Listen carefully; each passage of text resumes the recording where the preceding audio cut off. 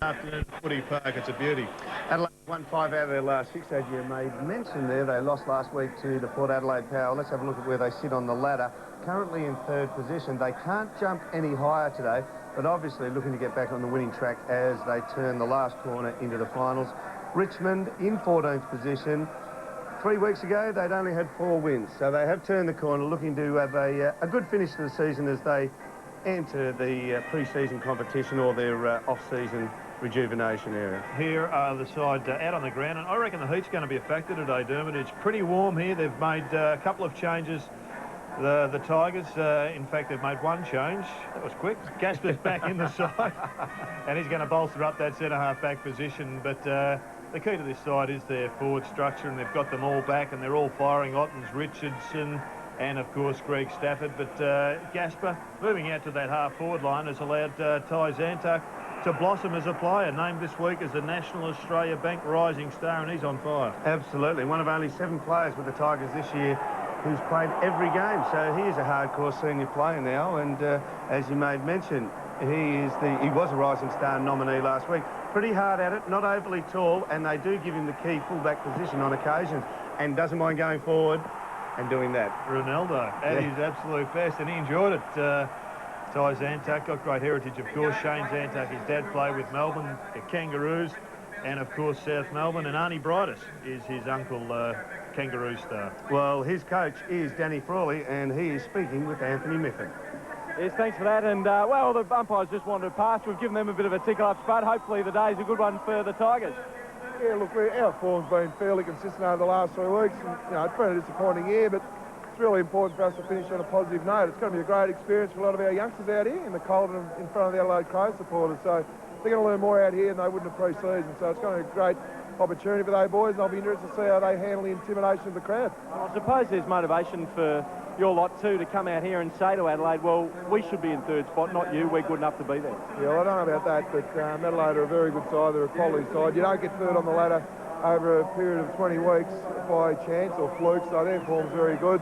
They proved that last week, being a little bit undermanned against Port. So we're going to have to play somewhere near our best to even have a chance to win this game. Good luck, Danny. Thanks for that. Thanks, Mitho. A matter of fact, Danny Frawley there, and there is the Adelaide Crows, and let's have a look at their position lineup. Mark Rashudo back in the team today, valuable inclusion for them. Along with Hewitt, who gets an opportunity up in that forward line.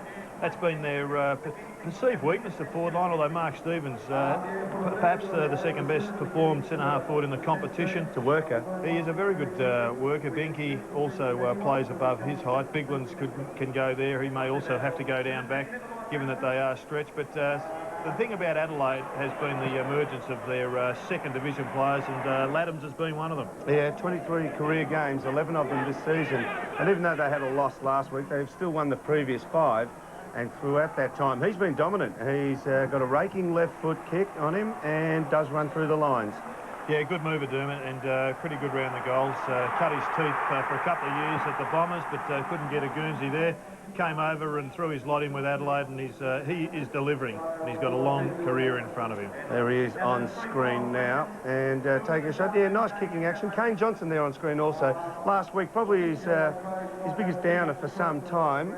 12 possessions last week, 100th game today, so we wish him luck. Previous to last week, he was averaging over 20 possessions a game for the previous month. So, look, Gary Ayres will be looking for something like that today. And similarly, on the other foot, Danny Frawley will be hoping big Matty Richardson can kick better than that. That was completely off the outside of the boot there. But we'll find out how they're all going to go after the break.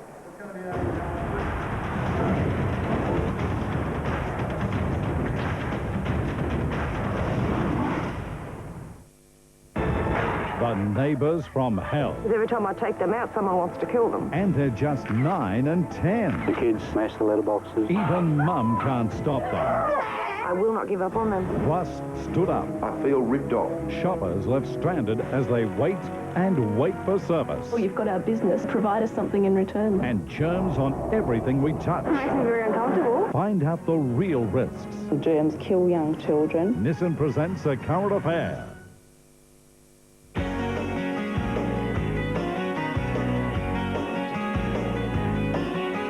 Look around your world, pretty baby. Is it everything you hoped it to be?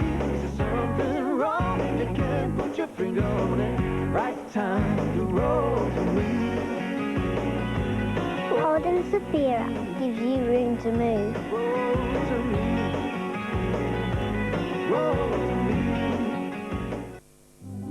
One of the best things I did while I've been here at ADFA was definitely the adventure training.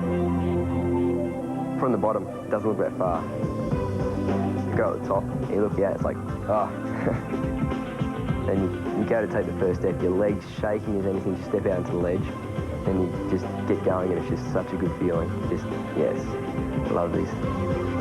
Learning how to lead and get confidence, this place is it. It's great.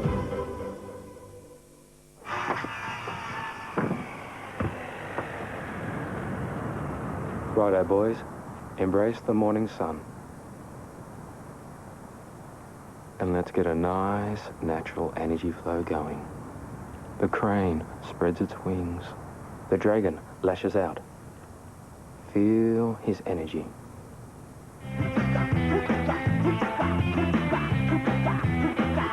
The original energy source.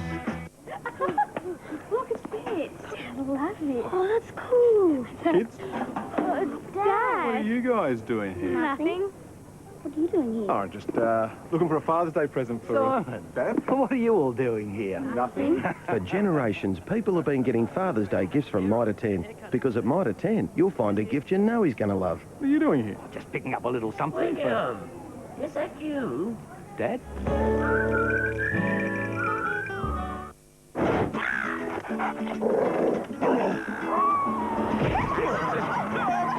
Paul Simpson didn't expect this.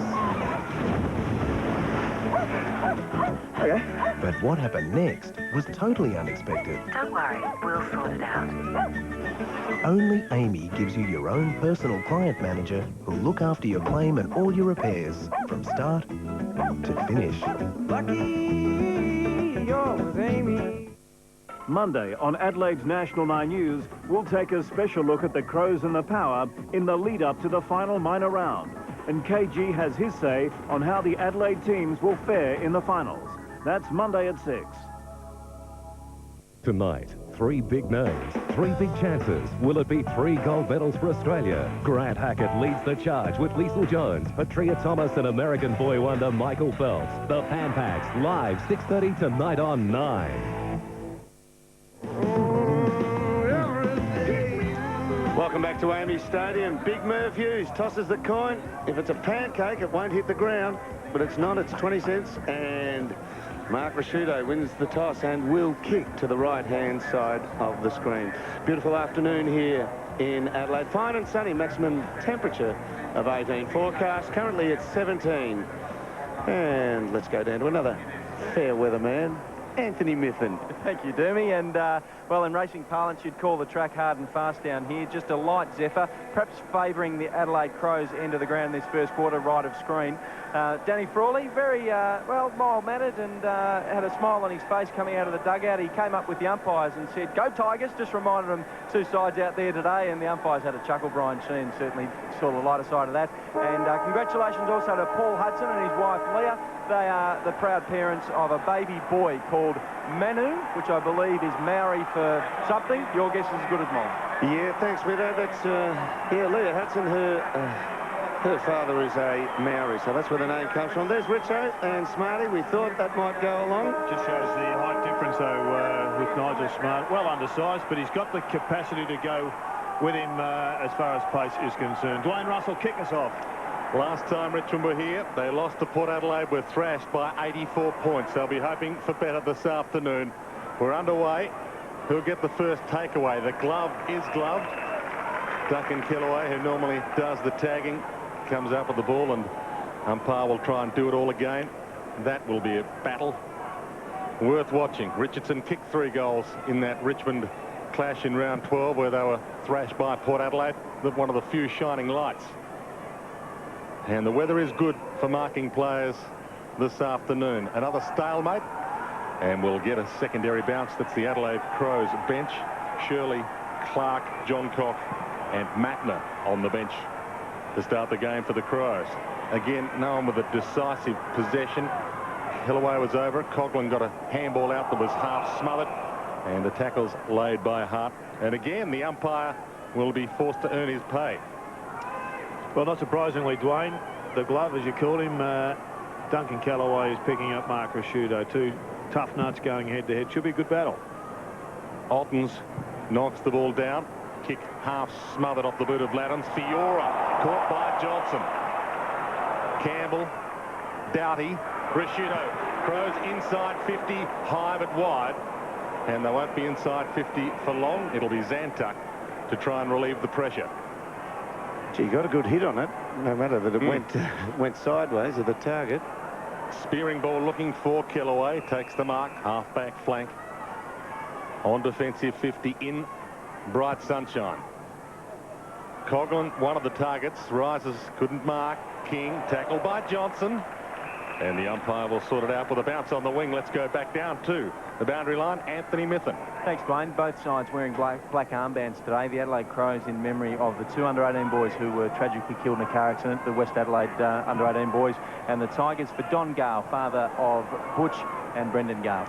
Yes, I understand one of those West Adelaide boys was a chance to be taken rather high in the draft. Tragic news that. Ball on the wing. Rogers on McLeod, and Stenglein is tracking Joel Bowden.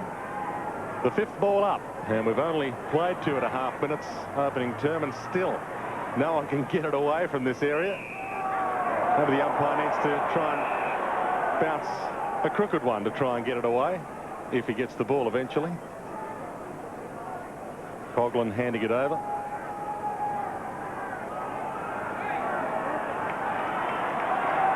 Little elbow to the jaw of Johnson, just letting him know there's a game of football on. Last time the Crows here, it was a war for them in the showdown against Port Adelaide. This has been more like a pillow fight to start. Laddams couldn't break free. Eventually the handball from McGregor. Got it up the Stenglein. Now Laddams to the wing. Biglands flies, so too Ottens. Ball came down. Ottens received it eventually from King. To half forward, off hands. Kellaway went for the man and the ball at the same time. Hall caught, good tackle by McGregor. And Stenglein rides it out of play with a little ride in the back from the Woy boy Hall. And we'll get another ball in, half forward flank for the Tigers.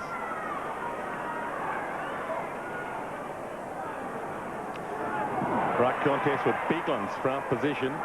King, another chance of a possession. Just got it over the top. No, it wasn't in time for Tivendale. And the umpire certainly the best on ground at the moment. Interesting 2-on-1 going on in the Crows forward line. McLeod, he wants to pick up Campbell, and Rogers, who wants to pick up McLeod, is creating a 2-on-1. I think Wayne Campbell is going to just send the message that he'll take him and Rogers will have to find another opponent. Back into play, Coughlin having a good year to Bowden. Kicks around the corner towards Richardson. Bounces unkindly for him. Clem bowls him, in fact. And the ball to the back of the pack. Little chip kick wide to Johnson. He is superb in the end from Hewitt, who's playing his first game for the year for the Crows. Stenglein having a fantastic season. Dishes off nicely to Biglands. Spearing ball toward Binky, half forward. Gasper got a hand on it. Just knocked it free of his grasp. And we'll get another bounce. The umpires this afternoon, Brett Roseberry, Brian Sheehan, and Mark Fussell. Andrew Crowell in the goal square for the Crows also, Dermot, which is a bit unusual. Yeah, first time forward for, as long as I can remember this season. Wide, high kick from the boot of Tivendale, and it eventually finds the boundary line. Equidistant from both goals. Members wing at Amy Stadium. 18-degree day, beautiful afternoon for football. It hasn't been all that free-flowing yet. Kellaway, Duncan to Bowden. Shrugs an attempted tackle. Kicks long. Richardson one-on-one with Smart. Inside 50 again. It bounces unkindly for Richo. Hall tries to knock it further on to Andrew Mills, but he couldn't get it on. And the umpire, this time it'll be Brett Roseberry to bounce.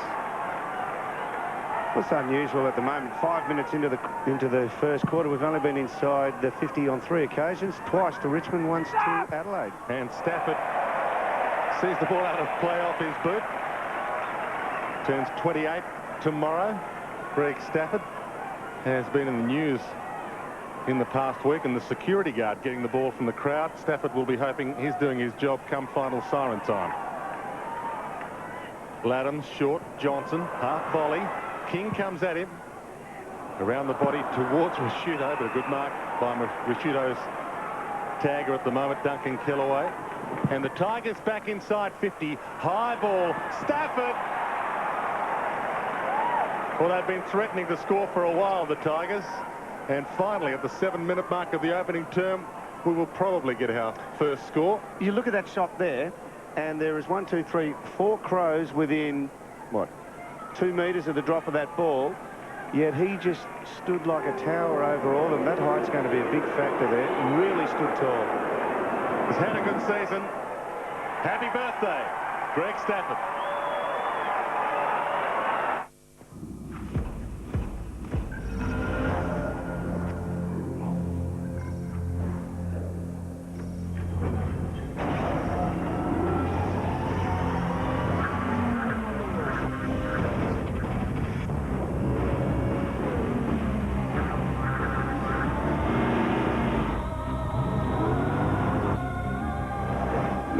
Is back. Game over. Opening goal of the afternoon to the Tigers. Ottens in the ruck against Biglands. Good bounce. Both get a palm on the ball. Coughlin. Campbell. Again inside 50, the Tigers. Getting back. Good mark, Edwards. In front of Mills. She had a solid year. So solid, in fact, that I suspect Andrew Mills is there as a tag on Tyson Edwards. He found Johnson from half-back. Johnson heads toward the wing. A little slip at the inopportune time. And the mark has been taken on the outer side by Coughlin. Wide. And ball out of play. And we'll get another ball in. Biglands on screen. At the moment, the number 1 ruckman in the Adelaide Crows side. Matthew Clark starting on the bench. Ottens knocks down, and again we will get another bounce. And an untidy start. Crowd still filing in here at Amy Stadium. Umpire Brian Sheehan about to get play back underway. Hart, fumble. Ottens over it. We've had 8 ball-ups in the first 9 minutes of the opening term. Massey, Shirley, Johncock and Clark doing some stretches, but a lot of the players out on the arena haven't seen any of the action yet either. King got it out eventually. Tivendale, high inside 50 towards Richardson, slaps it to his own advantage. Smart just paddles it toward Edwards and the boundary line. He was happy with either. Ball to the outer side, marked by Hart. Spearing ball towards the wing over the head of McLeod Chaffee. Gasper. Caught. Good tackle. Campbell fiddling with it a little. Chaffee across half-back. Andy Kellaway has some space. Kicks toward half-forward. Bounces nicely for the running Mills. Inside 50. Good punch by Smart. Knocks it straight into the path of Coughlin. Drop punt towards full forward. Only a behind.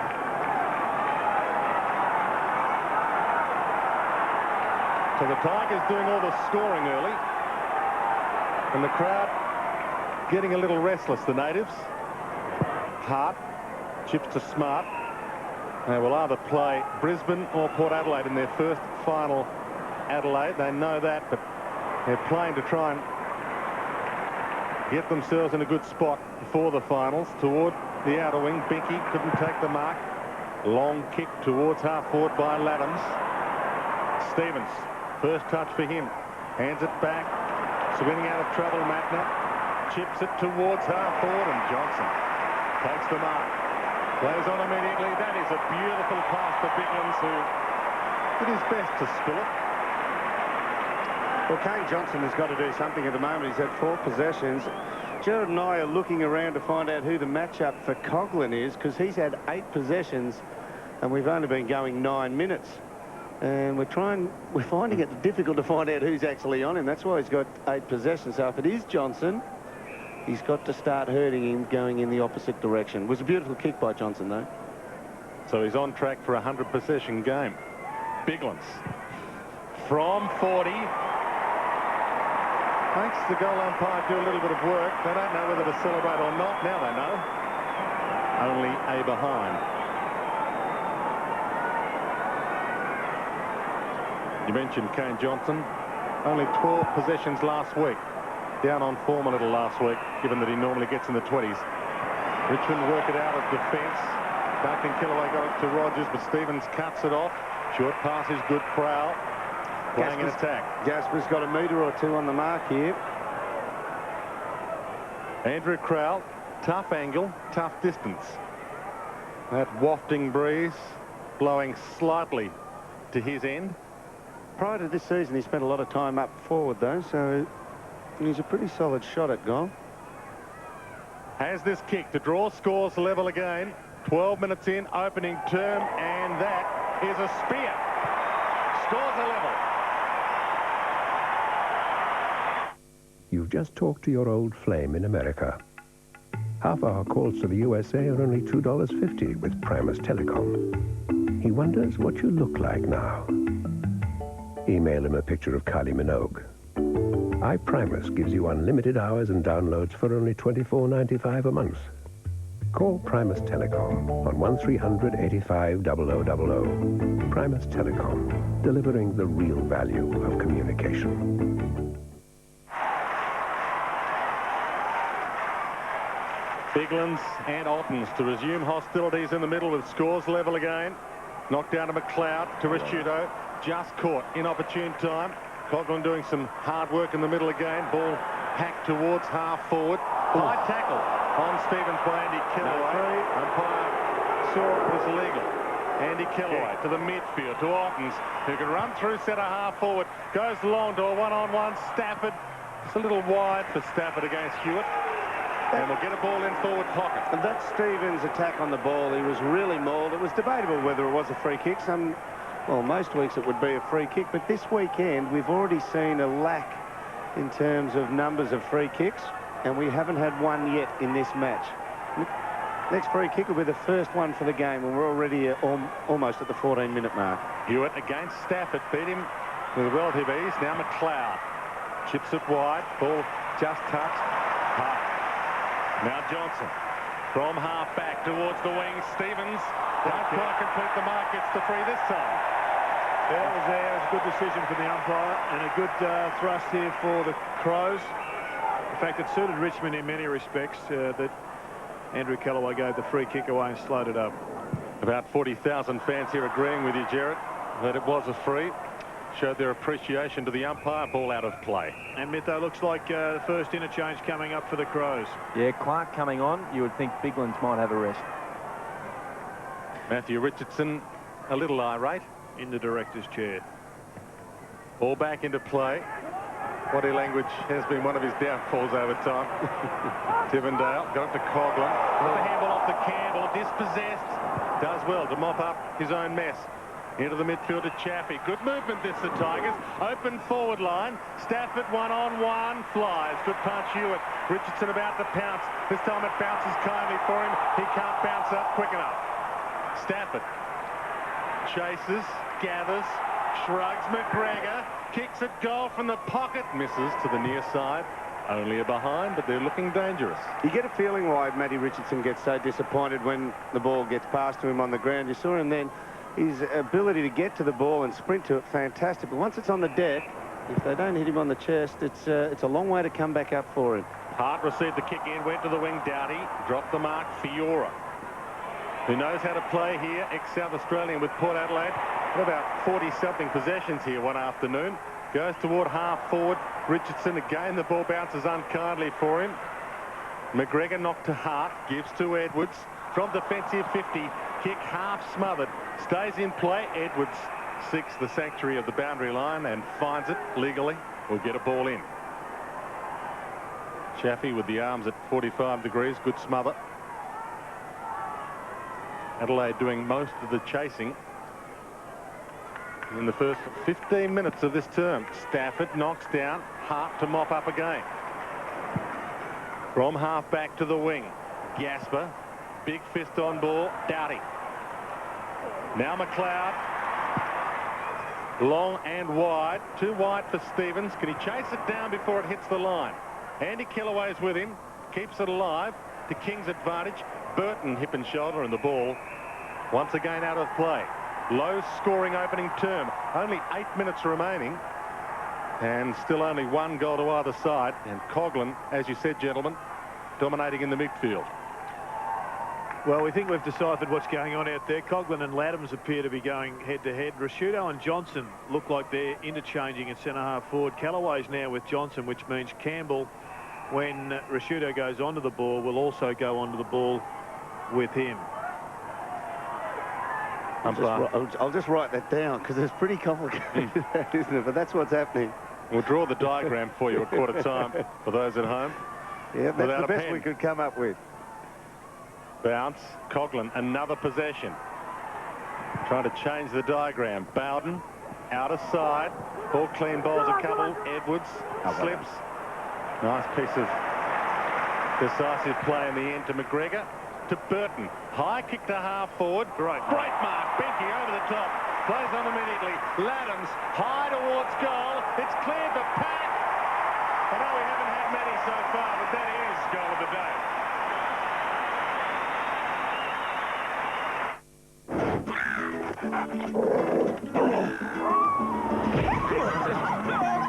Paul Simpson didn't expect this. Okay. But what happened next was totally unexpected. Don't worry, we'll sort it out. Only Amy gives you your own personal client manager who'll look after your claim and all your repairs from start to finish. Lucky yours, Amy. I meant to say so far for goal of the day, but hopefully we do get a few better than that. Bounce. Clark in the ruck now. Fiora. Laddams laid the tackle. Pressure. Doughty. Good pressure. They have lifted their rate, the Crows. Ball at half forward, Fiora. Bad bounce for Duncan Kellaway. Binky. High towards full forward. Crowell get in there. Crashes the pack. And the ball out of play in the forward pocket. The Adelaide tackle at centre-half forward really shoved the Richmond boy into the ground and into the back, and just get the feeling that they're under directives now as we turn in the last 2 games of the year, that the umpires are letting everything go an extra 20-30% longer in terms of free kicks. Clark takes it out of the air, gives to Rashudo. That's one way of getting it through.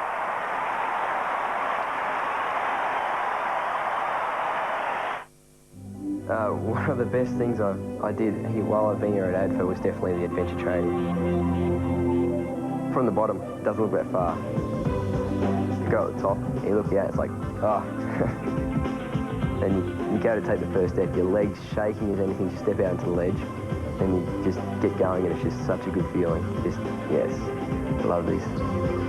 Learning how to lead and get confidence, this place is it. It's great. Well, Dan, we might get the telestrator onto this one, but this was a classic setup and a boundary throw. And Rashudo was standing beside Campbell on the goal side of the throw-in, and he just runs around the back of the pack. There he goes. He's left Campbell in his wake. Good give from the big man to the captain. And the general here at Amy Stadium kicks a great goal. It's just invaluable in this competition at the current stage, isn't it? A ruckman who can take the ball out of the air. All the teams who are doing well at the clearances have ruckmen who absolutely hit the ball down the throat of an underneath player or take the ball out of the air. Bounce to restart play. It's Rashudo's 170th goal in 212 games. Magnificent player he. Burton to Johnson to half forward. Bounces over the head of Stevens. Slapped it down towards Rogers. Hacks it inside 50. They have lifted their rate. Adelaide. Gasper caught by Crowell. Ball on a pack. Tigers tying it up. McLeod somehow stole it. Gave it to Binky. They are alive.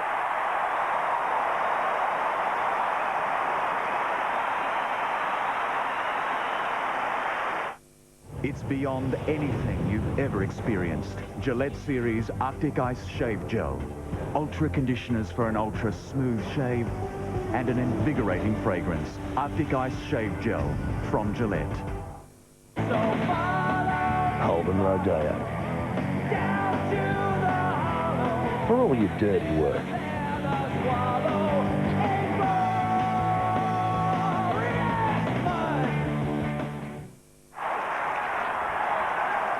Well, it's their bed, Adelaide, but they slept in a little. 3 goals in 3 minutes. They're awake now. Fiora, nice little dance at half-back. To half-forward, rolling ball. Kick wasn't quite the equal of the blind turn. And we'll get a bounce at half-forward for the Tigers. Clock counting down on the top of your screen there with 7 minutes to go exactly. Adelaide were 5 points up. So that's the scoreline now. 17. We'll see if they blow it out because they've definitely lifted their intensity here. And with Clark in the ruck as well, they have been better performed from the ball-ups. Tivendale wide. Race on, Stafford, Hewitt, ball, boundary line, umpire. And we'll get a ball in. They were breaking down up until about the 10-minute mark at half-forward. They had a couple of balls landed there, Adelaide, and it got repelled pretty quickly. But Stevens has lifted his work rate as well there and holding it in. Binky's caught a couple on the incoming. Duncan Kellaway just ridden a little, according to the umpire. Burton not all that happy. The Birdman chirping in disagreement. Duncan Kellaway to full forward. They need Richo. Ottens was there as well. King. Tivendale snaps. Misses. Only a behind. And already a change has been made. Not sure whether it's a preordained rotation or not, but Campbell's pushed up on the McLeod, which has left Rogers as a free player. And Rashudo deep in the goal square has got a new opponent. Tawney. Jason Tawney. They work it out of defence rather nicely. Edwards got it from Stengline, gives it to McGregor. Burton runs for him. That's ignored. Longer kick. High kick. Crowell rises. Good punch away out of play. You saw the Richmond Brains Trust, Danny Frawley and co. on screen a few seconds ago. And they have had a difficult year. The Tigers at one stage losing 9 games in a row. Clark, another deft deflection with the palm. Down to Bode this time, not Rashudo. Now McLeod's over it. Coghlan was over him. No one can get it free, and they searched for the umpire with their eyes, saying, whistle, please. Definitely a different way of going about it at the moment, the umpires. We see Coghlan and his stats on screen. 10 handballs, so he does get him low. Yeah, some of the players actually stopped then, just expecting that was the end of play, and the umpire would blow the whistle for a bounce down.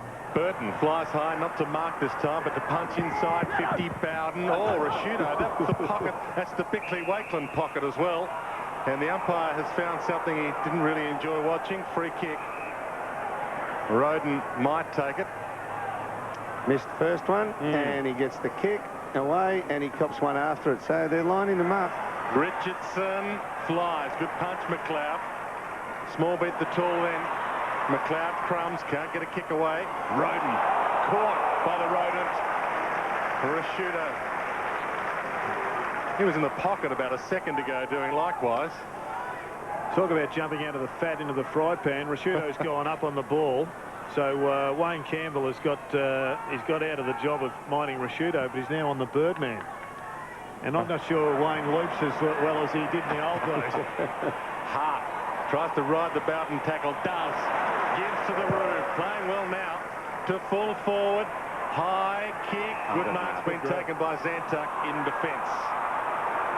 I think he initially didn't want to give the ball to him, but forced to. 25 minutes on the clock, first term. 3 behinds and 1 goal for the Tigers. Almost the reverse for Adelaide. They've kicked 4-1. Tawney back to Rogers, now wide. Gasper from the wing. In the shadows of quarter time, half forward Andy Kellaway. Ball slapped clear of him. Edwards caught by Roden, got a handball out. And we'll get a ball in. So Roden, who started on the bench, David Roden, the Fijian-born boy who came to Australia when aged 4, making an impression for the Tigers this year. Now on to try and give them some inspiration. Laddams finds the boundary line and will get a ball in. Mitho, you're down on the boundary line. How much is the wind playing a part in all of this? Yeah, it might have just picked up over the last 20 minutes, Jared. I would have thought that there's an advantage of perhaps 10 metres in your kick. So what does that translate to? Maybe a goal or two? Hall spun out of trouble nicely, gave to King. Richardson's on the move. Again, the bounce of the ball sees it elude him and out of play. It's very interesting. I've been watching Nigel Smart intently the way he's playing Matty Richardson. You saw how Richardson led him to the ball there. Look at the height difference there.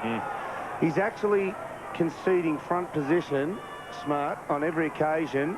If it's lace out, he'll accept that it's hard to beat him, but he just wants to keep himself between the goals and Richardson. Stafford and Tawney combined to get it closer to the forward pocket. Play on, says the umpire. There was a claim of a mark on the bottom of the pack. It won't be paid. Bode finally allowing Coughlin to get up, and we'll get a bounce. Danger area this for Adelaide, as we see a replay of the attempted mark from Coughlin. Is it mark, wasn't it? Wasn't 15 according to the umpire, the kick. Clark slaps it down. Bowden keeps it alive. King high to the top of the square. That travelled 15 and Hewitt marked it. Edwards. Long kick from defence and they have space. Hart can use it nicely. Has a bounce. He was the lonely Hart on the wing. Finally, he gets chased down by Richardson toward half forward. Andy Kellaway mops up for the Tigers. 80 seconds remaining. Still a chance for a score. Tivendale. Chaffee. Long towards Ottens at half forward. Edwards got back into the hole. And another good mark, saving possession to Rashuto. Wide from him. Bowden tries to close down Stengline, but unsuccessful. Just knocked the ball free there. Umpire Brian Sheehan saw the funny side, not the free kick. Almost a half forward, McGregor. One last opportunity, perhaps, for Adelaide. Put it up for the Birdman. High kick, the Birdman's coming hard, gets there a little late. Matner, handball to Adams. Roden got back in defence. And from the back pocket, bounces away. Chips his kick wide to King, dangerous. Doughty can't keep the ball in play and will get a ball in. Still a chance for Adelaide for a late score in this first term. Tyson Stengline running around with Joel Bowden again, and you would expect he gets the most dangerous person in the midfield. Stengline 3 possessions, Bowden 5. Back into play. Ball not clear. Rashuto. Almost a free kick to Stevens. Andy Kellaway was all but over him. Matner goes to the bench. He was playing half-forward flank, and John Cock comes on. Clark palmed to Rashuto nicely from the last ball up they had in about this position. He won't get a chance. We just wasted 8 seconds whilst that pack cleared and the umpire picked up the balls. A lot of time goes wasted. But Adelaide didn't waste the opening term. Richardson on screen, yet to have an impact. Nigel Smart certainly is having an impact, keeping Matthew Richardson goalless in the opening term. The Adelaide Crows were behind early, but they lead at quarter time 4-1-25 to Richmond 1-3-9.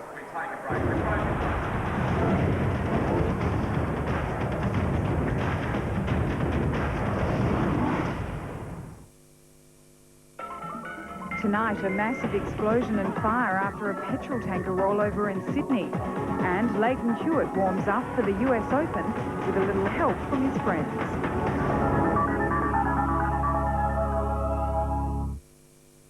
Coming September 2 on 9. These men have been through the toughest training the Army has to offer. Hooray! From Academy Award winners Tom Hanks and Steven Spielberg comes an epic saga of conflict, courage, and sacrifice. I lost a man today. I'm not even old enough to buy a beer. The award-winning story, based on actual events. Let's go! Get out of there! Civilized place for civilized men. Band of Brothers, premiere September 2 on 9. Yeah, I think you're really going to like this one. The kitchen. The living area. The Kim Novak Theatre. Mainly for action movies. And over here, we have the Cary Grant Theatre. No, I remember that. For dialogue and stuff. That old busted joint. And your very own Hollywood scoring theatre. We'll take it.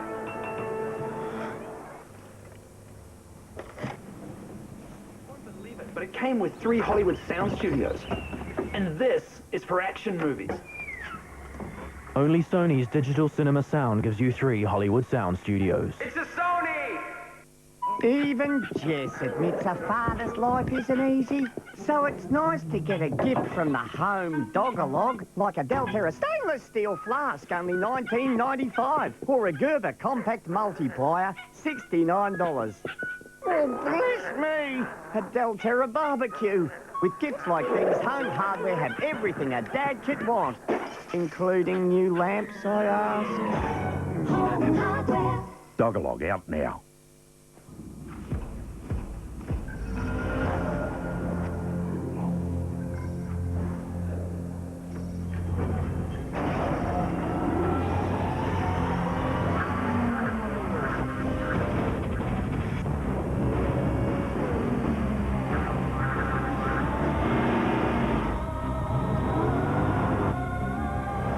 Limonaro is back.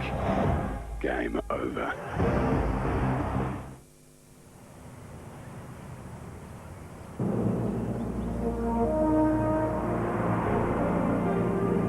If you found a house and lost your heart, you'll love a Bank SA home loan. Because with Bank SA, you can have pre-approval, a low rate, and a fee-free bank account, all from the bank that's helped more South Australians own a home than any other lender.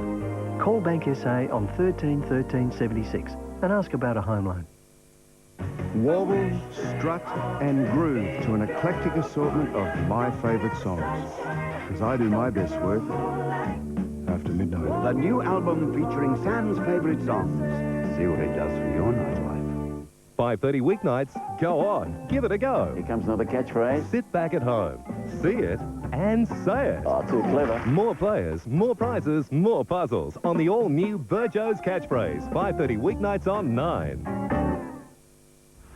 This AFL coverage proudly brought to you by Carlton Draft, Amy and Primus Tel.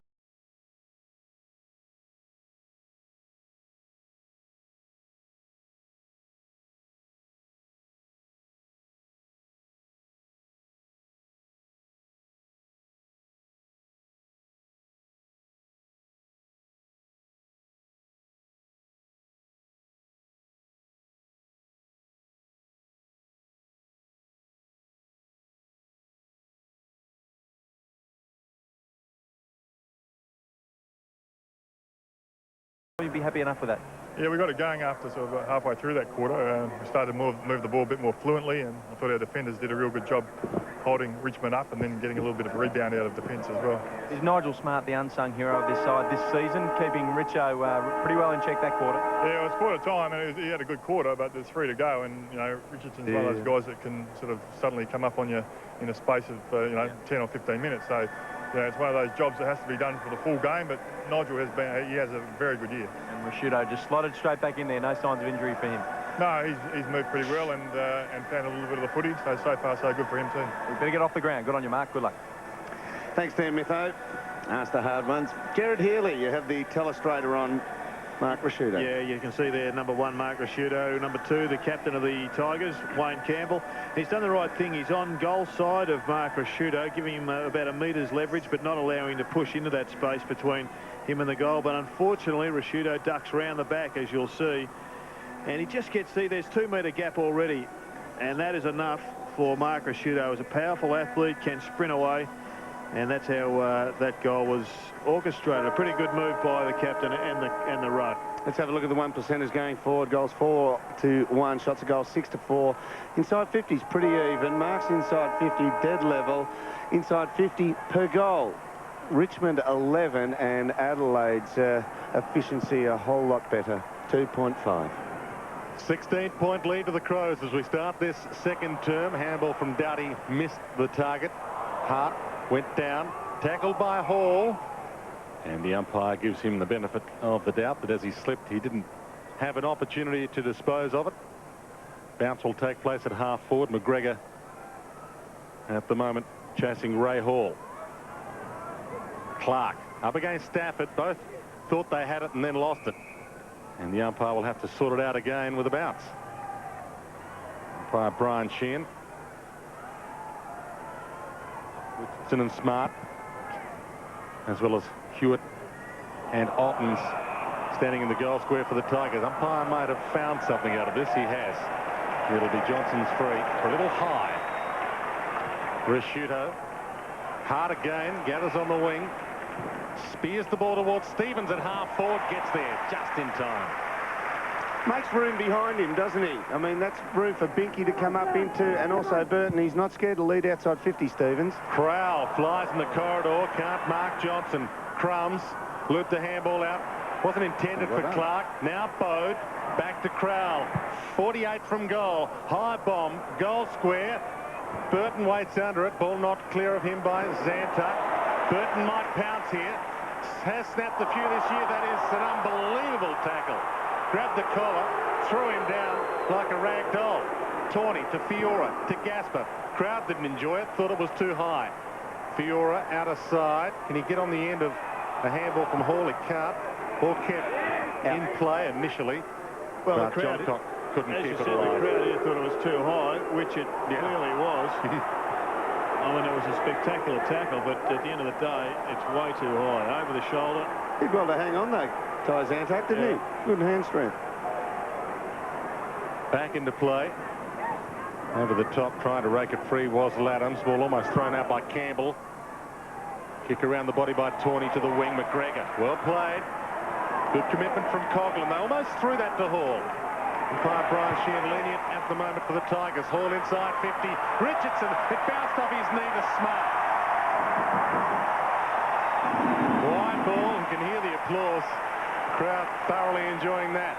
Doughty to Johnson. To the open side of the ground. Once again to Hart. Loops it back to Johnson. In space. Roden chases him down. Kick inside 50. Not a good one. Andy Kellaway takes the mark at half-back. Do you ever have one of those days? From one half-back flank to the other. Andy to Duncan. Had them all too frequently. High kick towards Rogers. Just Held going up back by to Crowell. that free kick, and that had to be paid, and you wonder why the free kicks have dropped off. Only 4 midway, well, the early part of the second quarter, 4 free kicks for entire game. King to Richardson, and now a chance to get himself on the scoreboard. Yeah, he's only had the one possession so far, Matty Richardson, but that was a good hard lead. And look, Nigel Smart is playing him from behind and just accepting, I want to push him up outside 50.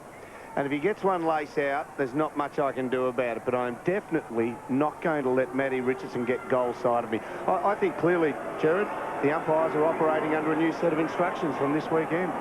Close. Been a lot said about his body language, Matthew Richardson, this year. But, Richo, now you're talking.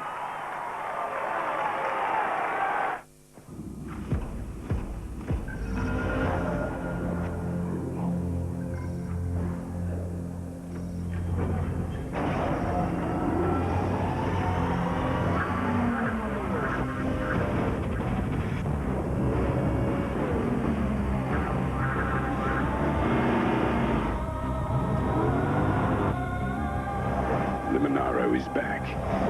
Game over.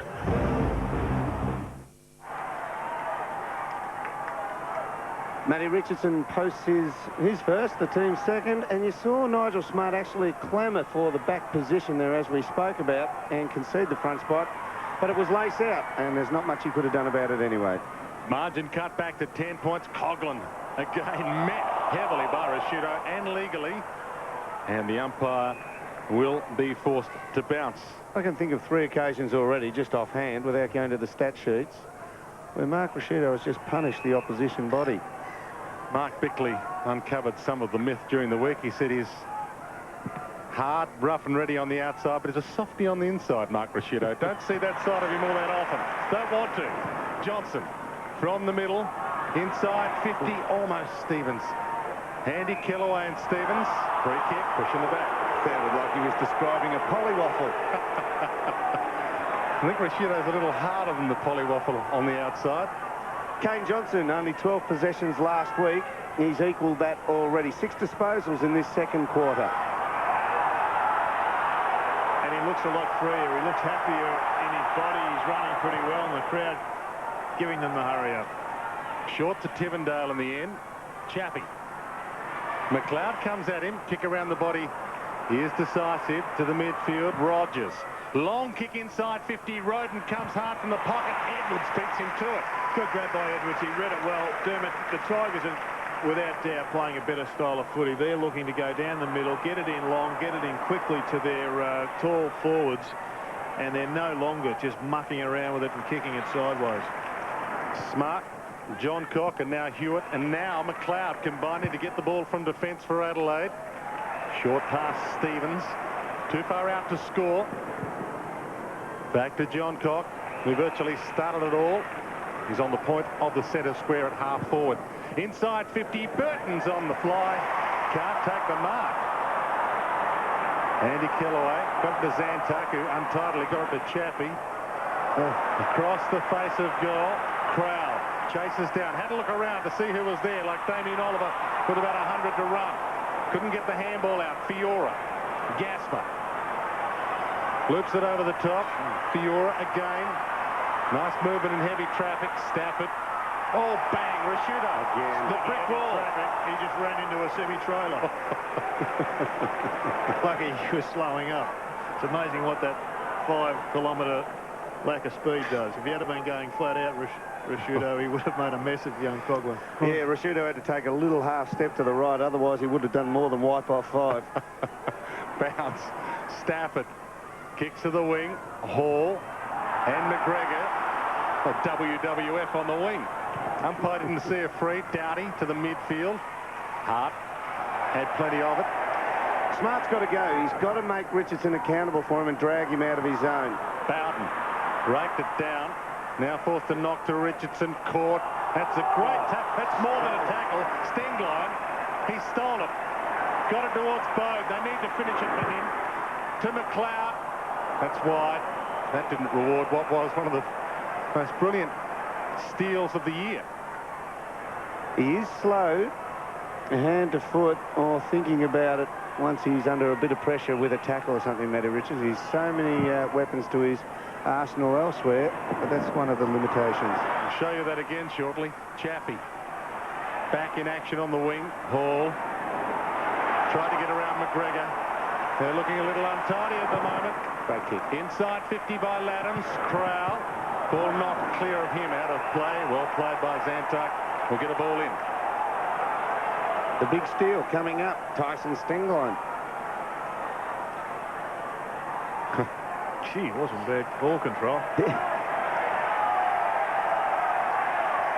Forward pocket for Adelaide. They lead by 10 points. We've played 9 minutes. Second term. King. Rogers. Campbell. Back pocket. Boundary line. Beats Binky and Gasper. And we'll get another ball in. Mills having a rest on the bench for the Tigers. Newman was there with him also. Hasn't seen any action yet, Newman. McLeod shrugs the tackle, spins around, drop punt towards the goal square. But he's almost mark of the day. Burton, beautiful fly, didn't bring it down. Fiora bounces across half back. It's almost mark of the year. Drop punt towards the outer side. He's been threatening for a long time. Richardson knocks it clear. Hart. All this superfluous until we see the replay of that flying attempt at a mark. And they get it out of play just for us. Well, he ran backwards with the flight of the ball, and really, that was just a whisker away from one of the great marks. It hit his chest rather than just being rather than a snug fit into the arm. Just have a look. Just gets him there on the chest. Misses his arm by a skerrick. Rolling ball along the outer wing. Crowd still holding their breath from that one. Ball up to Tawney. Richardson too far out to score. Looks inside 50, gets caught. Still having one of those days. Doughty puts a bit of doubt in Richardson's mind as to exactly what's going to happen, and Danny Frawley just explaining to all exactly what's going wrong. Bode from the midfield to John Cock. Half forward. Full of confidence now, Adelaide. John Cock inside 50. They're flooding back, the Tigers. Mark taken by Bowden. Got their finger in the dike. Richmond at the moment. King. Half back flank. Fiora. Chappie. Now Campbell. Tawney. Can he hit a target inside 50? Spears the ball to Richardson. He hits it all right. Yeah, it's a great kick. Good setup. Tigers playing good footy straight down the middle. It started when, as you said, Dwayne, they flooded back, got the turnover. I think it was Joel Bowden came up and they got it in quickly. And you see here, by doing so, plenty of space out in front of Richo. The Crows can't drop players back into his space, and he comes up with another shot at goal. And if this is successful, they've got a half a quarter to go forward in front of Adelaide. They'll be just 4 points down after this. Jiminy kicks it. Drop punt is a nice kick at goal. Richardson's got 2. It's a 4-point ball game. When you go to ADFA, you are joining the Defence Force, but it's not just the leadership training. I mean, I'm studying physics and I've got friends studying IT and management and engineering. So in the end, we'll all have fully recognised civilian degrees. It's beyond anything you've ever experienced. Gillette Series Arctic Ice Shave Gel. Ultra conditioners for an ultra smooth shave and an invigorating fragrance. Arctic Ice Shave Gel from Gillette. The Adelaide Crows have not kicked a goal in the first 12 minutes of this second term. The Tigers have kicked 2. Stafford and Clark, Bode caught by Tawney. Bowden. Rashudo had him. Finally got it out somehow to King. Campbell. Diving in Laddams. And we'll get another ball up still inside the centre square. Anthony Mithen's on the boundary line. Yeah, very important change down here too, Dwayne. Brian Sheehan off with the hamstring, and Colin Rouston, the emergency umpires, come on to officiate. He's gone down to the rooms for some treatment, Brian. Bounce. It's going to be a big loss. And a free kick's been pulled out of that ruck contest. Mike Campbell having a good quarter. He looks to have pushed up onto the wing. He's playing against Michael Doughty, but he's getting a few possessions. Stafford to Ottens. Plays on immediately. Bowden, high inside 50. Richo's down there. Roden, back of the pack. Can he pounce? No touch. Has that been touched? It's through for a goal. She's in England. You've tried the long-distance relationship. Now it's time to try the long-distance breakup. Half-hour calls to the UK are only $2.50 with Primus Telecom. Breaking up by email, however, is a lot easier. iPrimus gives you unlimited hours and downloads for only $24.95 a month. Call Primus Telecom on 1300 85 0000. Primus Telecom, delivering the real value of communication. Tigers with the opening 3 goals of this second term in front by 2 points. Stafford doing well in the ruck, knocks down Johnson, can't break free, got one a little high again. But umpire Rosebery says no. And there's the ice vest, and I would say for the first time out of the cold of winter this season. Tackle count, Richmond 17, Adelaide 28. So they're taking it up to them. Adelaide always have a high count in that area. And the stats count to Kane Johnson has cost him, because Danny Frawley has seen him as one of their best ball winners, and he's put Duncan Callaway onto him. So he's going to find it pretty tough getting kicks from now on. Mark Bickley in the coach's box alongside Gary Ayres, who signed a new contract during the week. Laddams, Duncan Callaway, Brett Rosebery will sort it out with another bounce. Coughlin on screen there. He's dried up a little bit since quarter time. He had a dozen in the first quarter and only 1 in this second quarter. Clark to Tawney. Slips a handball out, but stolen by Hart. Free kick for Tuhon. Oh, Campbell just left it behind. Spent it before it earned it. Inside 50 with a high bomb. And almost, but not quite, to Hall. Ridden a bit by McGregor. Ball comes clear, but the umpire says he was ridden more than a bit. Going in a lot better now, Gerard, aren't they? I mean, that Wayne Campbell has the confidence just to bomb in a 60-metre drop punt from 80, 90 metres away from the goal face, because he knows the tall timber's there. It's far more simplistic for the forwards and for everybody. The Crummers in particular. Crumbs were a dying breed almost, or a dying aspect of the game, because there was just so much concentration on maintaining possession into the forward line. And it looks like most sides around the league now are just getting it further into the forwards and backing them in. That's a 14-step run-up by Hall to drive it through the middle. Tigers out for their biggest lead of the game so far, 8 points.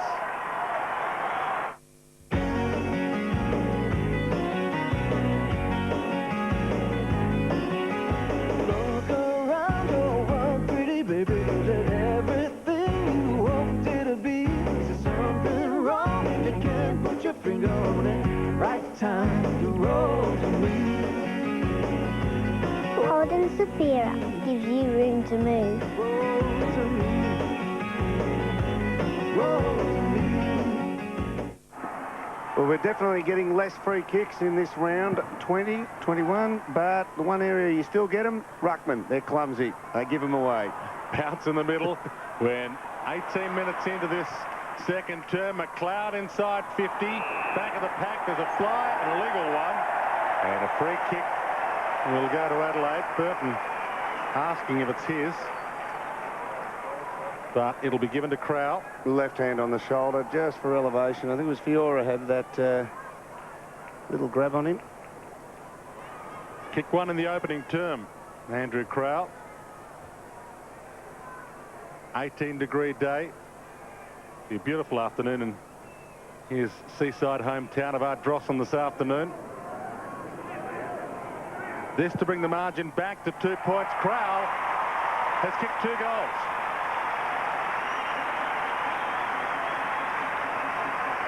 It's a handy foil, isn't it?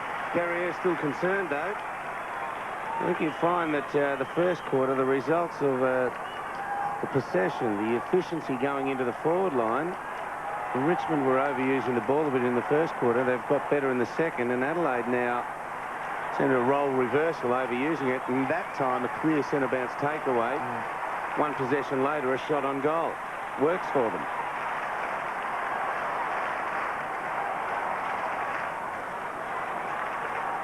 Bird plays 14th on the AFL ladder, but you wouldn't know by the scoreline. It's been a round of upsets so far. Coughlin inside 50 to Richardson. Gathers after the bounce. Confidence up a little.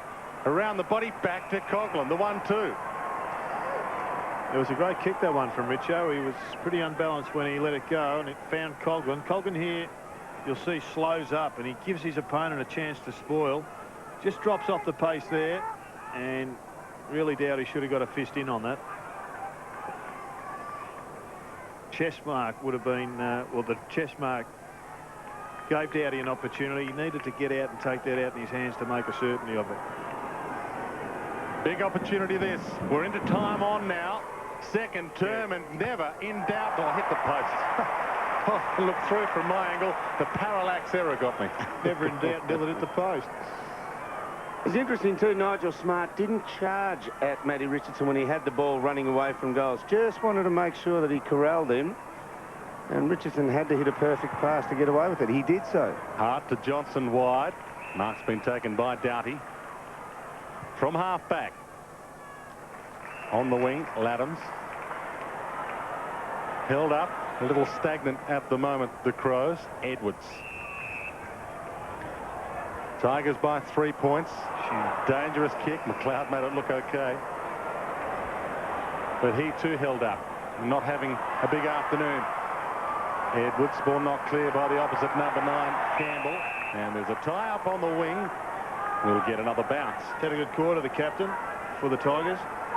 Have a look at this inside goals, inside 50 per goal. Adelaide 2.5 in the first quarter, and now they're at 8. And Richmond were 11 first quarter, now they're at 1.8. So their efficiency is fantastic. A turnaround, total turnaround. Clark to McLeod, inboard to Burton. Drop punt long in the direction of Rashudo. Ball not clear. Stevens, can he snap from 40? He does, but it's a little wide, and we'll get a ball in. Danger, though. They got the goal you illustrated in the first quarter, Jared, from the boundary line throw in. Exactly this position. It was at the other end. But will they try it again? Rashudo, is that in the front there? That's the Roo started up. He's going to look to run the semicircle again. Clark from behind, edged Otten's under the ball. Almost a palm down. High kick by John Cock towards Crowell. Gasper, Crumbs. Met hard by Binky. Ball knocked clear to Fiora. Straight down the spine. Duncan Kellaway. Three-man wide is Zanto. Doesn't use the space. Chips it. Rogers. On the logo on the wing. Kick to half forward. Good. Newman. Too far out to score. Now the lead comes. Getting back, Burton in front of Richardson. Couldn't bring the mark down. Hall dribbles it, rolls it, tumbles it. Just last line of defence, stopped by Hewitt. Did well, Evan Hewitt, there for a big fellow. He decided he was going to drop to the knees. A lot of blokes would have just run on it and try and just bend at the back, but he did well get low. Edwards to Johnson to the outer side. Sting line. Spots Shirley, half-back flank, and he has some space. Started on the bench, back into the Adelaide Crows lineup this afternoon. Binky missed it at half-back. Andy Kellaway missed it in his intended handball target. Stevens got it out. Andy Kellaway makes amends. Cameron also started on the bench, hasn't found the tempo yet. Handball to Burton from Laddams, and Burton drives it through. Look at this. I love it. Oh, that's cool. Kids? Dad. What are you guys doing here? Nothing.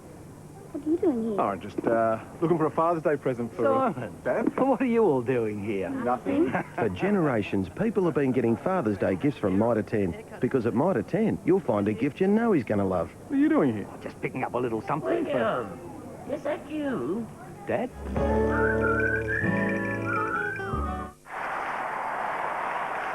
Only kicked 14 goals in 2001, Brett Burton, but has now kicked 43 this year. From the takeaway, Tivendale got it, delivered it. Duncan Kellaway, high, Richardson. Good mark on 50. A little bit of a breeze behind him. Addy Clark cooling down in this 18-degree heat this afternoon. Now, Richo, from here, he's going to have to carry... Oh, the kick's going to go from about 54, 55. He'll have to go 56, 7. Gives it the big hook foot. He's a big chance. He's not close. He has kicked two this term, and he kicks this way wide. Cracker, Edwards, Newman. Ball tied up in a bunch of them, and the umpire will bounce in a dangerous position for Adelaide. Almost too far out to try and thump it through for a behind. He just got the angles wrong there, Richard. Got too close to the man on the mark, so he had to go for elevation and threw his rhythm out, and we saw the result. Stafford doing the right work against Hewitt, who tries to hack it from the deck. Good tackle laid, ties the ball up, and Andrew McLeod's giving Edwards a little pat on the ear. Well done, mate. We'll try and get it away from this ball up. Inside 3 minutes, second term. Crows back in front by 2 points. Stafford again with Hewitt, front spot, takes it. Pushed away Bowden, got a handball. Quick fire handball to Tivendale. Can he break through? No. Caught. Got to be a throw or holding the ball. It was the latter. Free kick to Hewitt. Ex-Kangaroo playing game number 47 this afternoon after a 33-game career with the Roos. From one back pocket to the other to Richo's man. Smart just gets there in time. They would see that there's 25 minutes on the clock, the players. Short to Edwards. Now Massey just on, off the bench, and free. Back pocket. The run was worthwhile. Stevens calls for it. Biglands calls for it longer, getting between them. Good mark, Andy Kellaway. Tigers inspired at the moment in the shadows of half-time. The only shadows we're seeing this afternoon. Beautiful sunshiny day in Adelaide. Bowden steps around Laddams. Long kick. Richardson's the danger man. Getting there. Good punch by Hart. Cracker tries to break through. Tackled by 3. Hart to Edwards. Just tripped at the last second. And he got a push according to the umpire. Tyson Edwards, who's played every game for the Crows this year, chips it wide to Hart. Wider, Johnson. They've got the free man a little further on. It's John Cobb. Can he find a target inside 50? Burton gets back with the flight.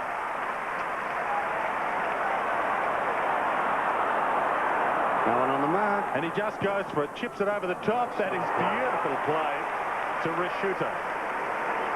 It's amazing how the concentration can just drop off in the last couple of minutes, and it's going to hurt the Tigers. If this sails through, they go in with an 8-point lead.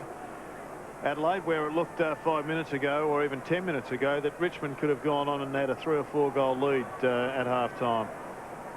Talked about Mark Bickley's assessment of Mark Rishuta and how hard he is. He said that he's more a Monaro than a Rolls-Royce. I presume he means the new model. 45-degree angle. Another fantastic year. We talk of Primus, Hurd and Voss, but Rishuta could be a chance to captain the All-Australian team this year, and he kicks across the face. And you can see the disappointment on his face. So in the dying seconds, we're only waiting to see where this kick-in lands.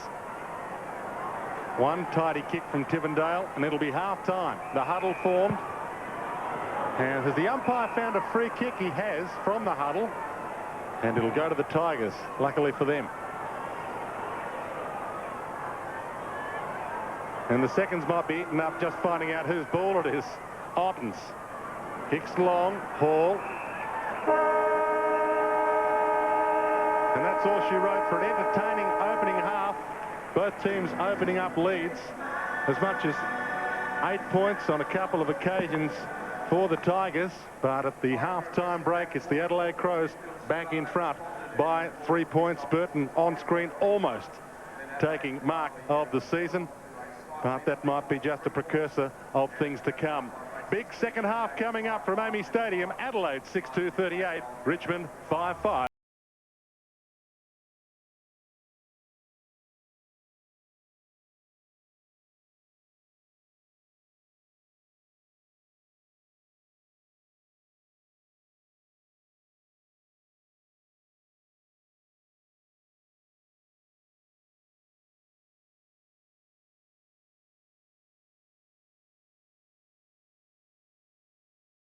Three big names, three big chances. Will it be 3 gold medals for Australia? Grant Hackett leads the charge with Liesl Jones, Patria Thomas and American boy wonder Michael Phelps. The Pan Packs live 6:30 tonight on 9.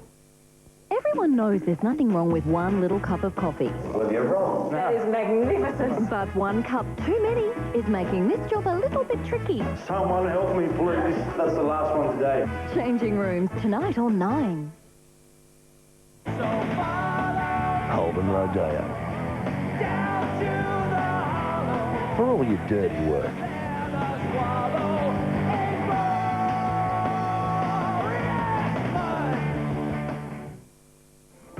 John, we've got to talk. Hang on, mate. I just got to finish this mix. It's about the tour, mate. Oh, I won't be long, Glenn. We need a name for the tour. Glenn, this is the last time. That's it! I love it! Yes!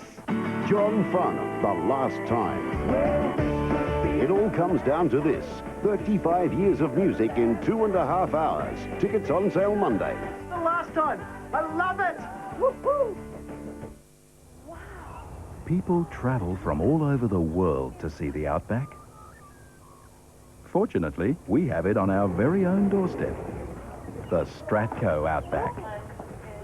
A veranda, carport, patio and pergola system with exclusive design features and a brilliant high-gloss colour bond finish. The Stratco Outback is unique and affordable, and you need travel no further than Stratco or an authorised dealer. This month, we're going to sell our 10,000 quilts, and you could win $10,000 in cash. Just buy a quilt, you'll get an entry which goes in this barrel. You could win $10,000 cash. Good luck. Your family is in New Zealand, and they still haven't seen your baby. Call and let them hear his voice. Half-hour calls to New Zealand are only $2.50 with Primus Telecom. Then again, if he fits on a scanner, you could email him. iPrimus gives you unlimited hours and downloads for only $24.95 a month. Call Primus Telecom on 1300 85 0000. Primus Telecom, delivering the real value of communication.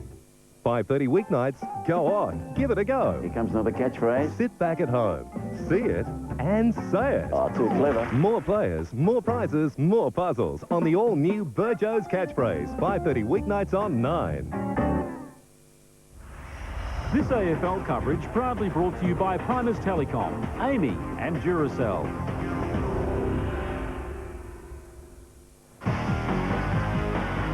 Welcome back to Amy Stadium, where the Adelaide Crows lead 6-2-38 over Richmond 5-5-35. And we'll take a look there and see the scores there. 3-point lead to the Adelaide Crows. Let's take a look at the Adelaide team's first quarter goal kickers. Oh, well, we'll go to the goal kickers now. Andrew Krauss got 2. Mark Rasciuto, Burton, Laddams and Binky 1 apiece. And for the Tigers, Richo's had a couple. Could have kicked another 1 or 2, but Stafford got the first goal. Ray Hall and Joel Bowden. So a fair spread for both sides, and not a high-scoring game, Dermot, given the conditions. No, but both teams have kicked 4 goals to the right-hand side of screen as we look at it, and Adelaide opened up in the first quarter with those 4. We'll take a look at them now. Well, there is Stevens just pumping the ball in, and one of the surprise moves has been Crowell. He's had some really good games in the back pocket. But up forward, he's a tall guy, he's got plenty of mobility, and he could be a surprise packet. That was a great mark from Binky, and an even better handball set Chris Laddams up for his first shot at goal and got the crowd involved. It was a really big match, and the crowd from outside was enormous. Yeah, first quarter they were averaging 2.5 possessions per goal inside 50. In the second, 11. And it was almost a role reversal with Richmond in the second quarter when they were kicking to the right-hand side. They reversed the situation. Binky there getting on the end of that one for the 4th shot on goal and being successful. The Tigers, as I said, when they turned to the right-hand side of the screen, a similar reversal occurred. Yeah, they started kicking the ball longer and getting it in quickly. Clinton King, who's been on Matthew Bode all day, sets this one up for Richo. He's a great-looking athlete when he gets going, Richo. And you see there, nice straight leg, and he's pretty happy with that one. That's the body language that the Tigers want to see Richo. Campbell comes inside. Once again, it's Jason Tawney, who has run from defence, and this time sets up another easy pass. Didn't try to drill it down his throat, just put it out in front and allowed Richo to come on and take a grab. And Otten's getting involved with Bowden, who shows his great skill, quickly going to the right foot, over the back, and she rolls through. And as you've seen there, and each one of these kicks have gone in long, so we might take a look at the score track in a second to see where they're getting them from. This is just a clumsy tackle applied by Kane McGregor. And big Ray Hall off the Michael Holding run-up for the set shot. Brings up full points, the 4th of the quarter. This is where they've been scoring them from in the second quarter. As you've seen, direct long kicking puts them down the corridor. And their set goals, the red dots, and the running goal from outside 50 just went over the top. That's definitely changed, Dermot, through the year. Yes. Absolutely. Well, Nigel Smart, we've been focusing on him a little bit on Matty Richardson, willing to give up front position. Worked for him in the first quarter, just gets tied up there in the one-on-one, but plays him from behind, see there, and he'll just run him out wide again. Will give up that front spot because he doesn't want him goal side at any stage. Good punch. This is good marking. I mean, he's vulnerable out the front. When it's in the body-to-body, he seems to be comfortable. But if Richo gets on the burst, as he is here, and he's got space in front of him, then he's going to be hard to beat. And that's good leading. Up, back, and then out again. And got on the end of a couple of passes, as we saw. And both of them have turned into goals. This is a good move also. He's chips it round and sets Coughlin up for one that looked awfully like it was going to be a goal until the post got in the way. Yeah, exactly. Clearances, and we'll have a look at the way they're going about it. It's not too out of kilter, is it? I mean, total clearances, you see, Adelaide 16, Richmond 22. Now, that's a big win for Richmond because Adelaide are very good around the packs there. Hit-outs to advantage. The Tigers, 9, and Adelaide 4. We've seen Rhett Biglan's take some teams apart in the past month with his ability to put it down the throat of his underneath players. Well, that's all we've got for you on this side of the rope. We'll be back with a feature package on Matty Richardson after the break.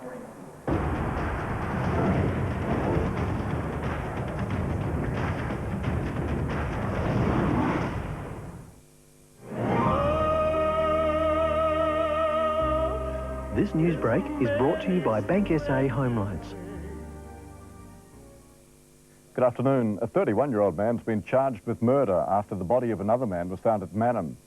Police were called to River Lane shortly before 8:30 last night. There they found a 36-year-old man with a stab wound to the back. He died soon after. And a petrol tanker burst into flames after rolling in Sydney this morning. The tanker brought down power lines, which then ignited 60,000 litres of fuel. Nearby businesses and parked cars were damaged by the fire. Luckily, no one was seriously injured. Enjoy the game. The neighbours from hell. Every time I take them out, someone wants to kill them. And they're just 9 and 10. The kids smash the letterboxes. Even Mum can't stop them. I will not give up on them. Plus, stood up. I feel ripped off. Shoppers left stranded as they wait and wait for service. Well, you've got our business. Provide us something in return. And germs on everything we touch. It makes me very uncomfortable. Find out the real risks. Germs kill young children. Nissan presents A Current Affair.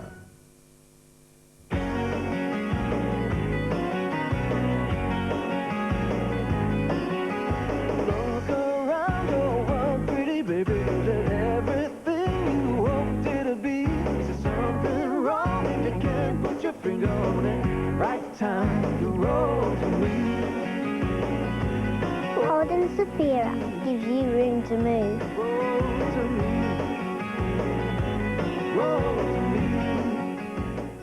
Everybody's talking about it. Statewide. Well, my employer puts in 9% now, but I'm putting a little bit extra in myself while I'm young. I'm self-employed, and Statewide helped me to get great insurance to protect my income and my family. Well, we got a really good deal on our home loan through Statewide. Oh, I like their low admin fees. Only $1.20 a week. Well, I just thought I could trust Statewide. They help me understand super. Statewide Superannuation Trust. Your key to super you can trust.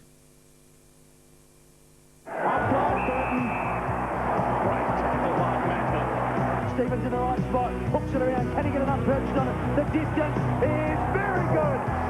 Mark Stevens has kicked the goal. Well, I can't think of any other place where you get your tertiary degree paid for, you get all your HECS and all your healthcare paid for as well. I mean, to me, it's made a big difference, you know, for me and my family.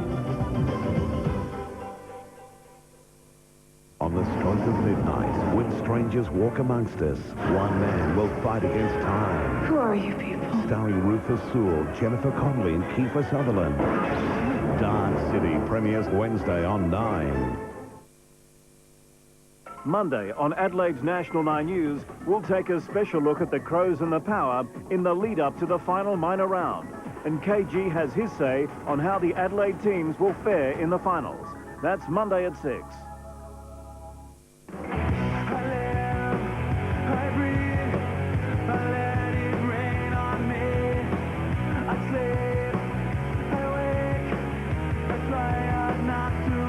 Good to see Matty Richardson enjoying it again. Well, just 6 weeks ago, his form was just about at rock bottom, so much so that his form had diminished and his attitude that Danny Frawley was forced to drop him to the VFL. Well, the big fella has recaptured some of that great form and skills that has seen him become one of the stars of the AFL.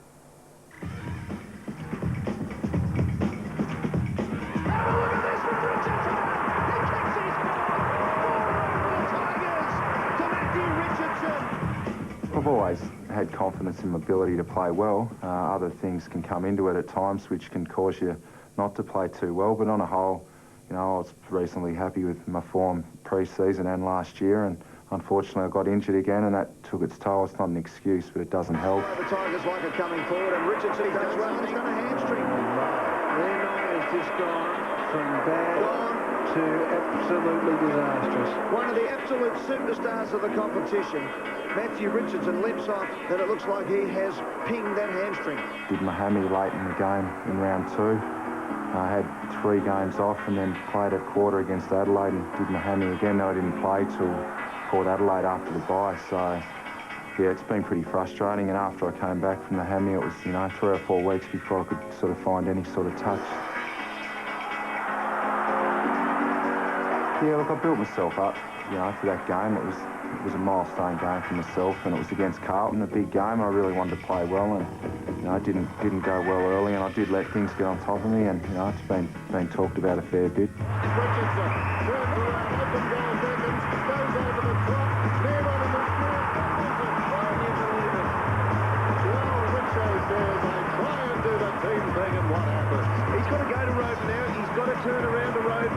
keep your chin up, son. But he's cursed life at the moment. He's just gone to turn it in too soon. Watch this. He gave up on it all. He actually cursed before it got to him. Amazing. Sometimes I just think, you know, people don't look at the bigger picture and, you know, you have one quiet game and all of a sudden you're the worst player in the league sort of thing. So I think sometimes people just need to sit back and really have a look at the whole situation before they pass too much judgment. So that does frustrate me a little bit, but, you know, I'm just glad that, you know, the team's winning more than anything else and I'm contributing to the wins. And, you know, I guess, you know, I do like to show people that I can play a bit, though.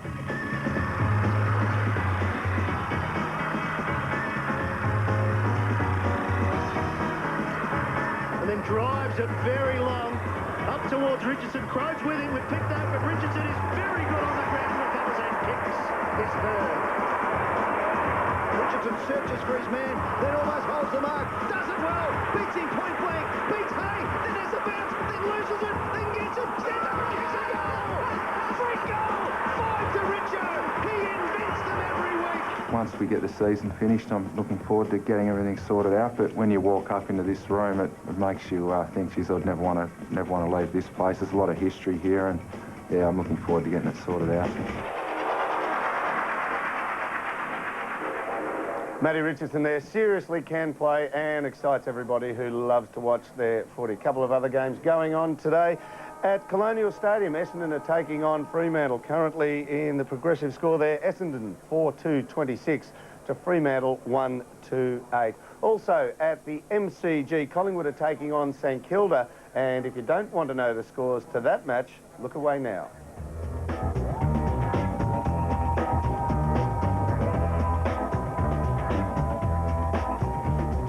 And for our viewers later on today at the conclusion of this game, as we roll up the bullets then have a look at for the AFL fans in Melbourne and Adelaide, 4 p.m, Collingwood and St Kilda. And for our Northern State viewers, as we roll that one up in Sydney and Brisbane, Parramatta v the Northern Eagles from Parramatta Stadiums. Check your local guides for other information there. Well, it's a 3-point lead to the Adelaide Crows here at Amy Stadium. We'll be back with the second half after the break.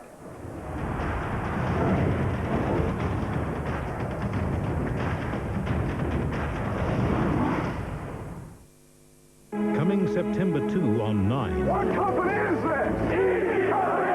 Experience an unparalleled television event, unlike anything you've ever seen. These men have been through the toughest training the Army has to offer. Hooray! From Academy Award winners Tom Hanks and Steven Spielberg comes an epic saga of conflict, courage, and sacrifice. I lost a man today. I'm not even old enough to buy a beer. And a fight against tyranny that will live forever. I'm ready to face that, and every one of us had better be too. The award-winning story based on actual events.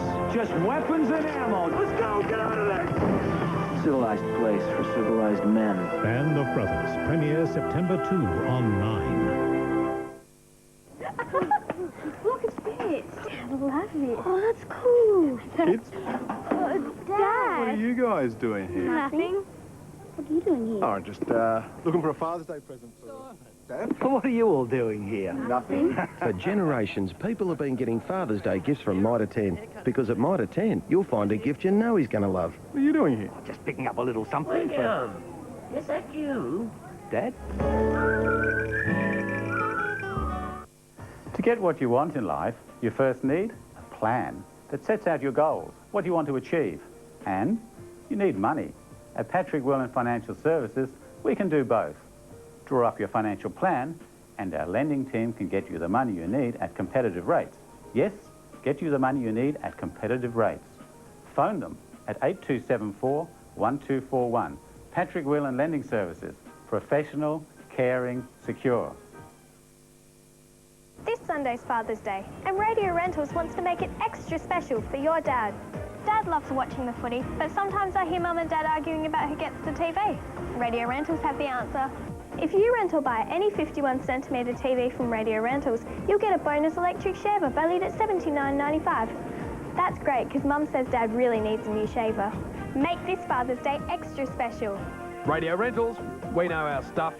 Not long to get into Radio Rentals and get a gift for Dad.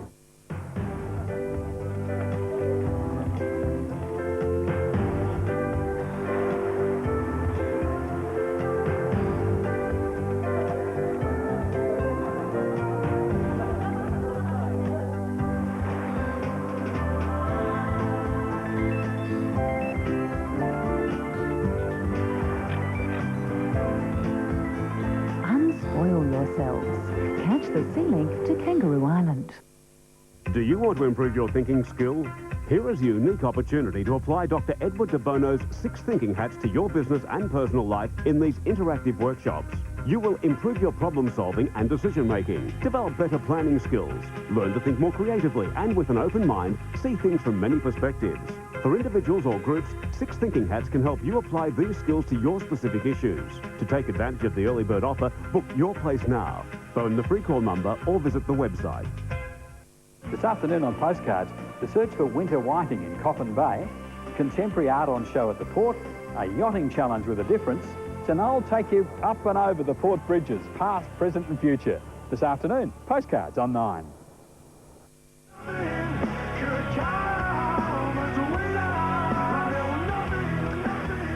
Welcome back to Amy Stadium. 58 tackles laid in the first half of football there. 35 by the Adelaide Crows, 23 by Richmond.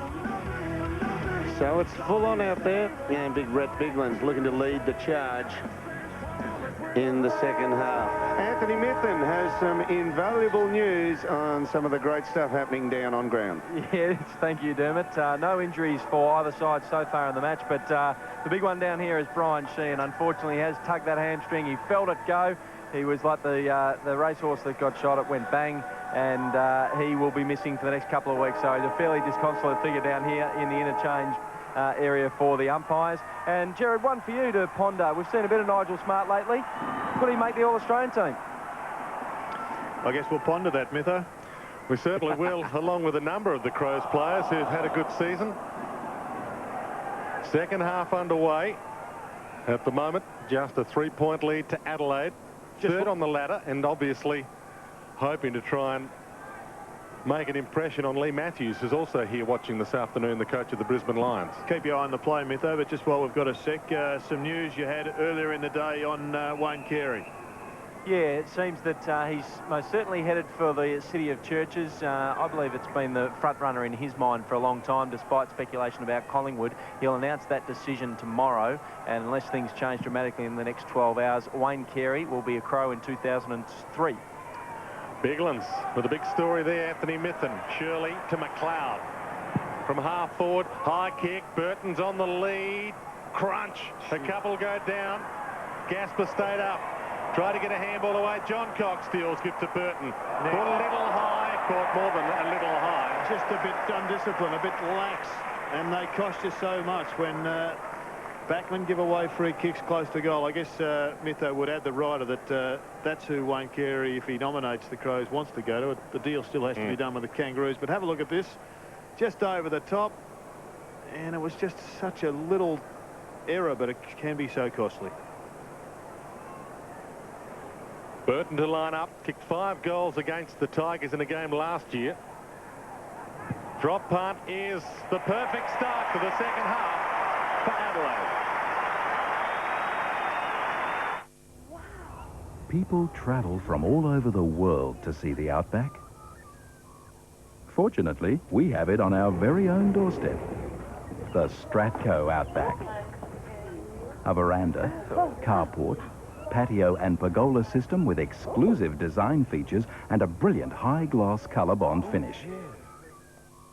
The Stratco Outback is unique and affordable, and you need travel no further than Stratco or an authorised dealer. Burton's second goal, stretching the lead to 9 points. Otten's doing the ruck work against Biglands. Got a palm on it. Shirley in the middle now for Adelaide. Couldn't break free, nor can Risciuto. See the Roo there. He knew he was taken in the tackle. He tucked the ball under the right arm and then started chopping with the left arm, just trying to machete his way out of there. Yes, it's not just a boning knife, it is more a machete. Bounce, Ottens, Tawney, back to Ottens, fumble. Johnson plays for the free, Tawney gets ball. Wobbly kick to half forward, good fist away, Coughlin. Hip and shoulder by McLeod. Coughlin might get a free here, umpire says no. And we'll get a bounce on the wing. Well, Kane Johnson has been let off the hook because Danny Frawley has made a move, and Greg Tivendale has gone on to Kane Johnson. He had 17 possessions in the first half. Dried up a little bit when Andy Callaway went on to him, but I reckon his possessions will go further ahead now. Boglan's having a good afternoon. Inside 50, Richardson has it on 50. Good running Bowden is presented. Richo not interested. He had a shot from a similar distance at the other end in the second term, and as you said, Jerry, got a bit close to the man on the mark. Got some protection from the stand. Wobbly helicopter kick off the boot. It had the carry, not the accuracy. Yeah, after he took the mark there, he did the Brian Taylor out fumble the Bowden lead. Want to give it, but I'm just unbalanced. I can't. I better have a shot at goal. Dyson Edwards. Better be too special, wasn't it? Champion of it. Richardson flies. Did he get a free kick? Yes. I've never seen a player like Brian Taylor or anyone else put the ball on the ground to pull the socks up so quickly when they get a shot at goal, within goal scoring distance. You're being very harsh. Richardson creeps around, goes with a long drop punt toward the goal square, and it just eludes the pack. Had the carry again, but not the accuracy. Missed to the other side. Gee, I mean, even though they're points, that's actually going to make Nigel Smart tighten up on him and play him a little bit closer. I know he's going for the back position, but it's showing that he can actually reach the distance from 55 out. Biglan's flies after the kick in from Hart. Umpire found a free kick to Andrew McLeod. Adelaide have broken. Forward of this, they're going out to the wings. Well, the free kick was to Biglan's, but he gave it to McLeod. Wide to Laddams. Has space on the wing. Leads come from inside 50. Wide ball. Good mark, Stevens. It's a great kick, too. Laddams feigned the kick to the top of the square, then hooked it. There was a little grab by the full-back. It's almost a habit that they do that. But he was still smart enough to take it the mark, Mark Stevens. The way the wind's blowing, he's just going to have to hit this one out towards the left of centre of the goals, because the ball will move from left to right. Has had a good season. Competitive at centre half forward in every game that he's played. Giving a contest. Can he give a goal? No. Way off the side of the boot. Has kicked 32 goals this season, 92 for his career, and that's the way it'll stay for a little because of this. Oh, outside of the foot. Zantuck about to bring the ball back in from the back pocket for the Tigers. How do you see it, Dermot? Match pretty evenly poised at the moment. Yeah, it is. I think Adelaide hold the keys. Stevens might get another chance. And it's just the application factor. I think they've only really been turned on for a brief period of about 10 or 12 minutes in the second quarter. Centering ball. Crowell the target. Johncock across the face of the pack. Knocked the ball from Crowell's reach. Then Chaffee gave to Zantuck, and the Tigers are away. Chip kick to Rogers midfield. Shut down by McLeod. Dished off nicely to Campbell. Oh. Caught. Good tackle, McLeod. Can't go past him. Chaffee. Bowden.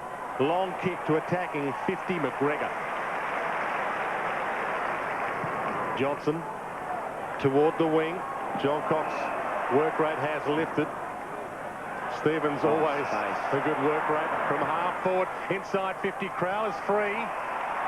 Goes Burton further on. Gasper's got back to him now. He can put it up over his head. A shot. Yes. That's got to be in his mind. Chip kick. Laddams. Now this kick can swing into the spine here. Just play on. If he gets on the left foot and gets level with the man on the mark just by playing on, he could just about go the journey here. Tiger players getting back, filling the holes. The lead comes from Stevens. That's ignored. Burton not in the goal square. The wide kick, dangerous. Taken mark by Shirley. Tiger should have done better there. Chip kick to the pocket, and the mark taken by Doughty. So they've shortened the distance to goal, but made the angle as acute as possible. They still have possession. Shirley is still free. You can see on your screen no one alongside him. Doughty thought about it, thought better of it, chips the kick, and that is precision play from the Crows. Stingline will line up on a 45-degree angle And he's the best chance of any of the players that have had it in the last 60 seconds to drive it through. How do you feel if you're Danny Frawley in that situation? Well, you're pretty frustrated. I mean, they've had a couple of players that could have intercepted. Joel Bowden, essentially, he's the man being tagged, and Tyson Stenglein has exploited that because he hasn't got as like most running players. They haven't got the same defensive bent as his opponent. He snuck away and kicked a great goal. It was well worked. This Sunday's Father's Day, and Radio Rentals wants to make it extra special for your dad. Dad's wanted a DVD for ages, but Mum wants to tape her favourite shows. Radio Rentals has the answer. An LG DVD video combination. Rent or buy one before Father's Day and you'll get a Lord of the Rings DVD and 6 blank videotapes. All for $649 or $690 weekly rental. Make this Father's Day extra special. Radio Rentals, we know our stuff. Not long to get into Radio Rentals and get a gift for Dad. Adelaide's 8th goal opens up a 13-point lead, the biggest it's been for a while. Ball knocked down to Coughlin. Another takeaway from the middle for him. Bowden couldn't get it away, and Stenglein lively in the last 60 seconds. Delivers a nice hand pass to Shirley over the top to Rashido. High inside 50. Burton, the go-to man, waits under it. Zantuck, good punch. John Cock somehow got it to Burton. The Birdman around the body. Misses. Across the face. But they have lifted their rate, Adelaide. Yeah, and you really sense it too, don't you, when you're here? Because the crowd just absolutely involve themselves, and they almost excite the players as much as they do themselves. Chaffee entrusted with a kick-in from fullback for Richmond. A little indecisive, short.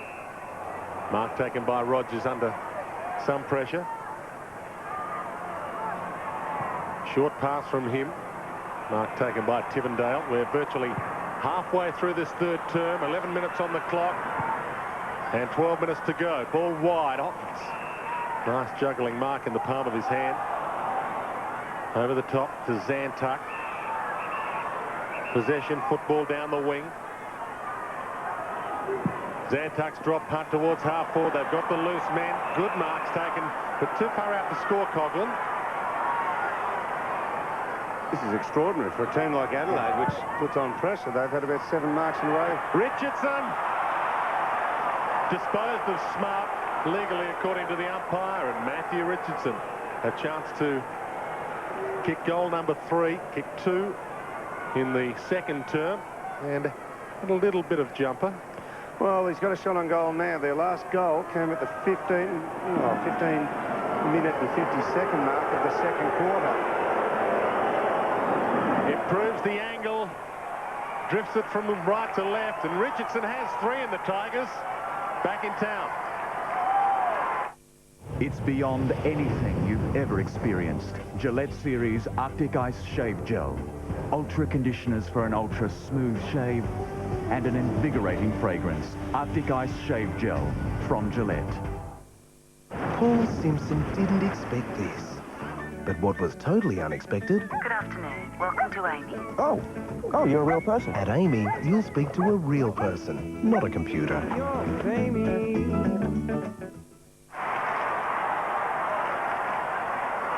Richmond's last 3 goals have been kicked by Richardson. Last 3 scores, in fact. Bounce. Biglands knocks down to Campbell. Around the body, high towards half forward. Stenglein with the flight and some determination. Johnson. Little handball wide. Laddams from the outer wing. Handball over the top to the running Hart. Shortish pass to Stevens. Got there. Good mark in front of Andy Kellaway. Every time the Tigers get a goal, it seems to spark Adelaide finally. They go to sleep for passages. Biglands maybe too far out to score. The lead from Burton. Otten's got a hand on ball. Binky a fumble. McGregor. Rolling ball towards full forward. Crowell spins beautifully and misses. He did that well. He did that exceptionally well. Most players who are backmen are such because they can't do that. Can't get the ball and turn quickly enough to get a shot on goal. But yeah, it's his first time for quite some time that he's played forward today and capable of showing that he is capable of playing up there himself. 14 minutes elapsed, third term. Chaffee gets the hurry up from the umpire. Laddams with the flight of the ball, knocks it from Fiora nicely from 48. Long drop, punt to the goal square. Binky with the flight, couldn't bring the mark down. And it's hit the post. Margin back out to 10 points. Will the Tigers on this kick-in just go short and try and work at the entire length of the field again with a short regime? Bowden, a longer kick of the ball, entrusted with the kick-in this time, and he spears it nicely to Andy Kellaway. Chips it to the outer side to Zantar. Has some space to use. Ottens. Once again, 3 short passes in a row. With Coghlan running straight up the middle. Stengline gets back. Coghlan got a palm on ball. Edwards with the big mop. Tries to take it from half-back. Ball came to Hall. He missed it. McGregor caught. And the ball tied up. The umpire allows it to flow on for a little while before finally conceding that no one was going to get it out. McGregor back in the back line for Adelaide. Had a stint up forward at one stage. Ball up. Rashudo couldn't grab it. Nice handball by Stafford. Got it to Campbell. Now backwards. Mills. Centering ball. Good fly. No mark taken by Hall. Off hands. Coghlan again. Brilliant tackle by Shirley. Well, you've got to be tough if you've got a name like Shirley. And that was strength in the tackle. He was about to get that out. It was dangerous. And he cut it off. Hart, wide, Doughty. Half-back flank. Jared, just a topical one here. Richmond have got all their tall guys forward of the centre to try and exploit Adelaide's back line. Yet you look at Adelaide's forward line and they're relatively short. Is it worth running Clark on the ball and at least putting Biglands up forward? Because they are a short back line themselves, Richmond. Johnson, something out of nothing. McLeod caught. Handball. Tawney. Back to Chaffee. Stevens waited for him, sweated off and pounced. Put him down and get a bounce. I reckon it's worth a try, Dermot. It's a good thought as we take a look at that tackle. They're wrapping them up. They're putting the pressure on here, Adelaide, and I think they're going to have more than a 10-point lead to be comfortable at three-quarter time. Stengline tried to get it out, caught by Bowden, and once again the umpire will be forced to sort it out. Kane Johnson has overtaken Coghlan in the possession count. Hart, plenty of them from defence as well. Campbell at half-back. Just ridden a little by Stevens. Umpire saw it. Stevens pleads his case, but it's too late now. Wayne Campbell has a worried look on his face at the moment. Has been that kind of season for Richmond. Chip kick to Chaffee. Very leisurely. Finally, we get play back underway again. Wide towards Andy Kellaway. Good high kick. Fiora got rid of his man but couldn't trap the ball, and Stevens takes it out of play. 17 minutes on the clock, third term. Gary Ayres, new contract, will take part in the finals this year, but this game still up for grabs. More than 42,000 in at Amy Stadium on this perfect Sunday afternoon for football, and the ball back out of play again. Danny Frawley.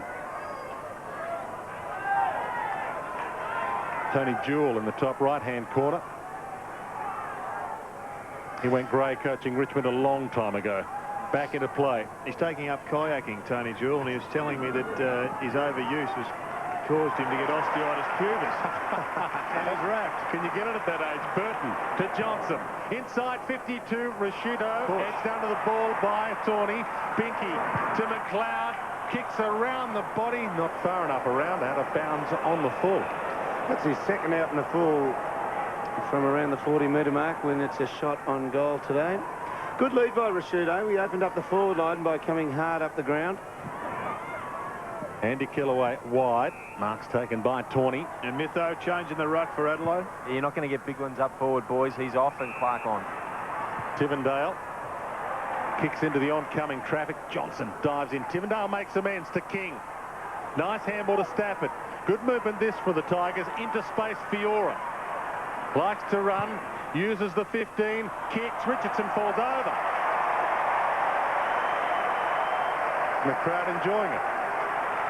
Smart. Can still go sideways. Hewitt. Back pocket. To the open side of the ground. Long kick. Crowell is on his own on the wing. And he can run. They're coming at him from all angles. He's taking them on. 2 bounces. He might go all the way from 50 too wide. Just cast your eyes around the players in front of you, Mitho. There looks to be a few Tiger players flagging a little bit. Ty Zantuk's done a couple of laps of the ground recently, and he's got his hands on his hips. Yeah, he suffered a knock to the thigh. They've strapped his thigh during this quarter, so suffering a little bit with a corky. And that was Crowell just replacing his divot. Campbell, outer side half-back flag. Looking for Hall. Did enough.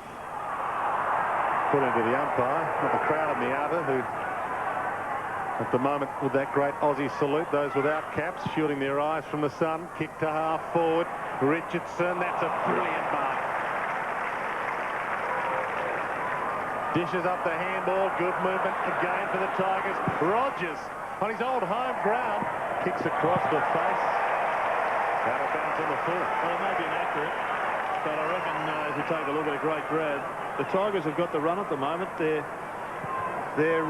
continuing, despite the fact that the heat has knocked a couple around, they're continuing just to push, and I reckon Adelaide are going to have to kick a couple of goals now, or they're facing a very tough last quarter. Stevens, wide to Binky, can't half volley it. And the ball back out of play. Tyson Edwards, no possessions this quarter. John Cock looks as if he is preparing to come back on. Clark in the ruck against Stafford. Clark, a former Richmond under-19 player, gives to Bowden. Fiora keeps it alive. Brilliant piece of movement. Andy Kellaway to Coughlin, 60 from goal. Richardson doesn't fall. Back of the pack, can he pounce? Edwards. Well, maybe we can count that as a kick. Hall's got it. McGregor's got him. Cracker over it. Edwards had him. Umpire said he didn't have it. Had no drive out of Tyson Edwards this quarter. He's very good at getting the ball in the back line and dodging, evading opponents and setting it up into space. And 50. That's got to be for the arguing, I would imagine. We had a fair case to argue. Yep. Pretty inexperienced lineup out there controlling the match with the hamstring injury to Brian Sheehan. I'm not sure there's be too many games between Brett Roseberry, Mark Russell and Shotgun Ralston. So fighting words from Tyson sees Cracker kick it from the goal line, and the Tigers are coming. Today's world needs the long life power of Duracell. Long life means more flashes. Long life means more to enjoy. And now Duracell and the Footy Show are giving you the chance to win 2 10-year long life memberships of your favourite footy club. Call the number on your screen now to register. Lines close midnight Monday, and winners will be announced on Thursday's Footy Show. Duracell, the long life battery that lasts and lasts and lasts. Well, Dermot, Rhett Biglands has gone to the goal square, so you and Gary Ayres are thinking alike. Teammates. Played alongside each other. Well, not necessarily. Ayres in the back line. Dermot up front. Gave you a few in your time, Dermot. To half forward. Chaffee. A little bit of a ride from Massey. Chaffee will take it centre half back. Flips it over the top. Zantuck about to get caught. Got the kick away just in time towards Hall. McGregor. Palm on ball, Bode. Hasn't seen a lot of it. Handball to Stingline, handball back to Bode. He's seen it a couple of times now. Edwards. McGregor. Gone with the old match-winning move from Geelong also. Rashudo to the goal square. Massey from 60. Tried to hit Rashudo. Hits Andy Kellaway instead. And appeal for him. For Massey, and both of them have been turnovers this quarter. Good punch by Birdman. Great bit of work. Got back in time. Really had to fly to get there. Stafford chips it wide. Richardson can't half volley it. Not really his forte. Smart. Caught by Cracker. Caught illegally by the leg. And Nigel Smart in his 247th game will play his 250th this year by the looks of it, barring injury. Burton hacks it high inside 50. Campbell gets back.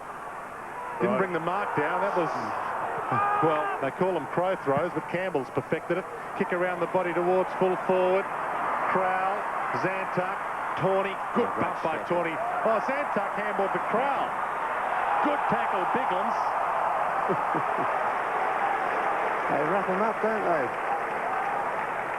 Just over 2 minutes remaining. Let's have a look at this handball. Normally you'd expect you're out of the contest by then. McLeod somewhere missed the magic, conjures a goal. It's such a nice evening. I thought we'd go out for dinner. No, this way. Introducing KFC's salad spread.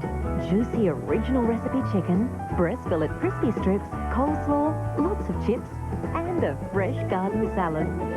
We should eat out more often.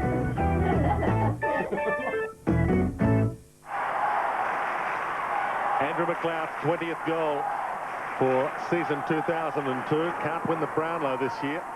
Bounce in the middle to restart play. Dying seconds of this third term. Burton toe poke to McLeod eventually. Clark rolls it inside 50. Difficult ball. Stevens did a fair bit with a tough one. Still does it. Great work. And he ties it up at half forward for his team with a 10-point margin approaching three-quarter time. This is an important 90 seconds for Richmond here. They concede one, and it's going to be just slightly in Richmond's favour. It's just such an important shot on goal if they get it here, the Adelaide Crows. Wrestle in the ruck. Stafford v. Clark. No one can break free. And as Coughlin wrestles with Stevens on the deck, the umpire will bounce. Hasn't been the best of seasons for the Tigers, especially away. Burton knocked it down, but to his opposite 24, Coughlin. High, inside the square, Massey. Pumps it back towards attacking 50 to Burton. Well, he spotted you, and you spotted it, Dermot. He's playing on the wing now with Brett Biglands going back onto the ground, pushing up forward. Binky came off. Biglands then goes to full forward. Gasper's the only one with height down there, and he's not a big man. So it takes Gasper away from centre half back, where he controls and can assist teammates. And this bloke has decided to vacate the goal square. He's come up to the wing, but he's always going to run forward of the centre and look for goals. He's not going to be a midfielder or a winger who's going to press into the back line too much. He's always looking for goals. Didn't endear himself to the Port Adelaide fans last week when he said Montgomery got me a good one, and they'll be happy that he didn't put it through, but the Crows fans won't be. Had a chance for his third. A little bit lame after that. Chip kick from full-back to Rogers. Wouldn't want to concede one now, the Tigers. All depends on this kick. Dangerous. Bode slaps it back. Last shot at goal, McLeod. Did the umpire hear the siren? It's wide regardless. And we'll just see if this has been paid. Umpire Mark Fussell conferring with the goal umpire as to whether the siren sounded before the kick. He didn't hear it before the kick. The behind stands. Now, because of that one, it's happened this season a couple of times. I actually, as soon as I heard the siren, I looked at the umpire, and he definitely didn't blow the whistle until McLeod had released the ball. So it is, as the adjudication is in this day and age, when he believes he hears the siren. So that is the correct decision for this umpire here today. But it's an Adelaide lead here by 12 points, 9-7-61. Richmond 7-7-49.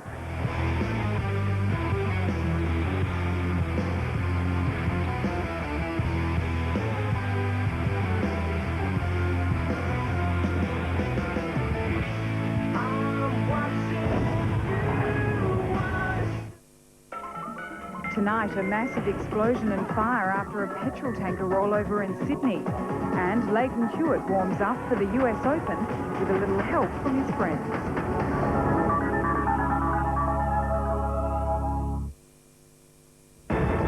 The neighbours from hell. Every time I take them out, someone wants to kill them. And they're just 9 and 10. The kids smash the letterboxes. Even Mum can't stop them. I will not give up on them. Plus, stood up. I feel ripped off. Shoppers left stranded as they wait and wait for service. Well, you've got our business. Provide us something in return. And churns on everything we touch. It makes me very uncomfortable. Find out the real risks. Germs kill young children. Nissan presents A Current Affair. It's beyond anything you've ever experienced. Gillette Series Arctic Ice Shave Gel. Ultra conditioners for an ultra smooth shave and an invigorating fragrance. Arctic Ice Shave Gel from Gillette. This Father's Day at Repco, we've got it all for Dad. Like this Newport seat cover set for just $45, or Valvoline XLD Premium 5-litre engine oil with a free V8 Supercar PCCD for $15.95. This MVP ankle grinder will make Dad's day at just $39.95. Pick up any T-Cut Colour Fast Polish with a bonus polishing cloth for only $19.95 each. And at $179, this Karcher high-pressure washer complete with 3-metre hose is great value. Call 133227 for your nearest Repco store. With Bones Warehouse's huge range and lowest prices, choosing something for Dad is child's play. Dolphin Torch, a bargain at $9. Mitre Saw, a low $19.98. High Pressure Cleaner, only $159. Glazed Pots, great value at $9.95 per set.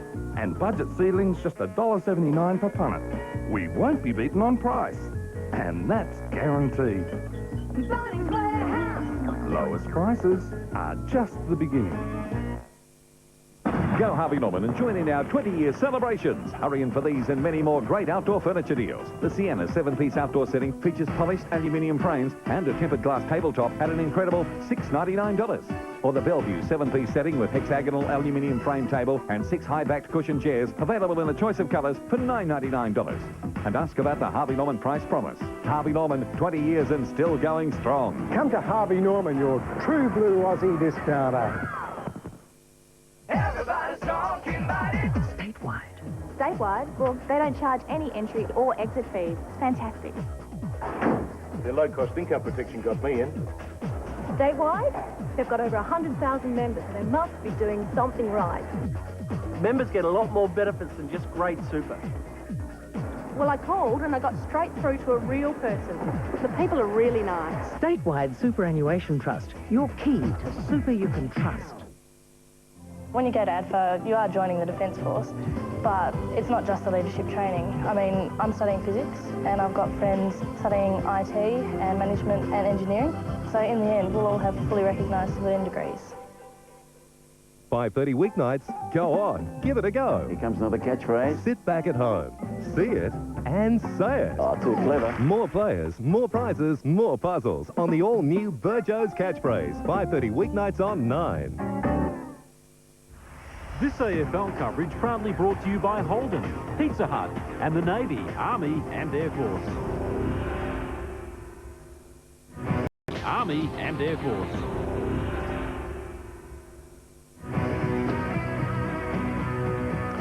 Welcome back to Amy Stadium at three-quarter time. It is the Adelaide Crows by 2 goals. 9-7-61.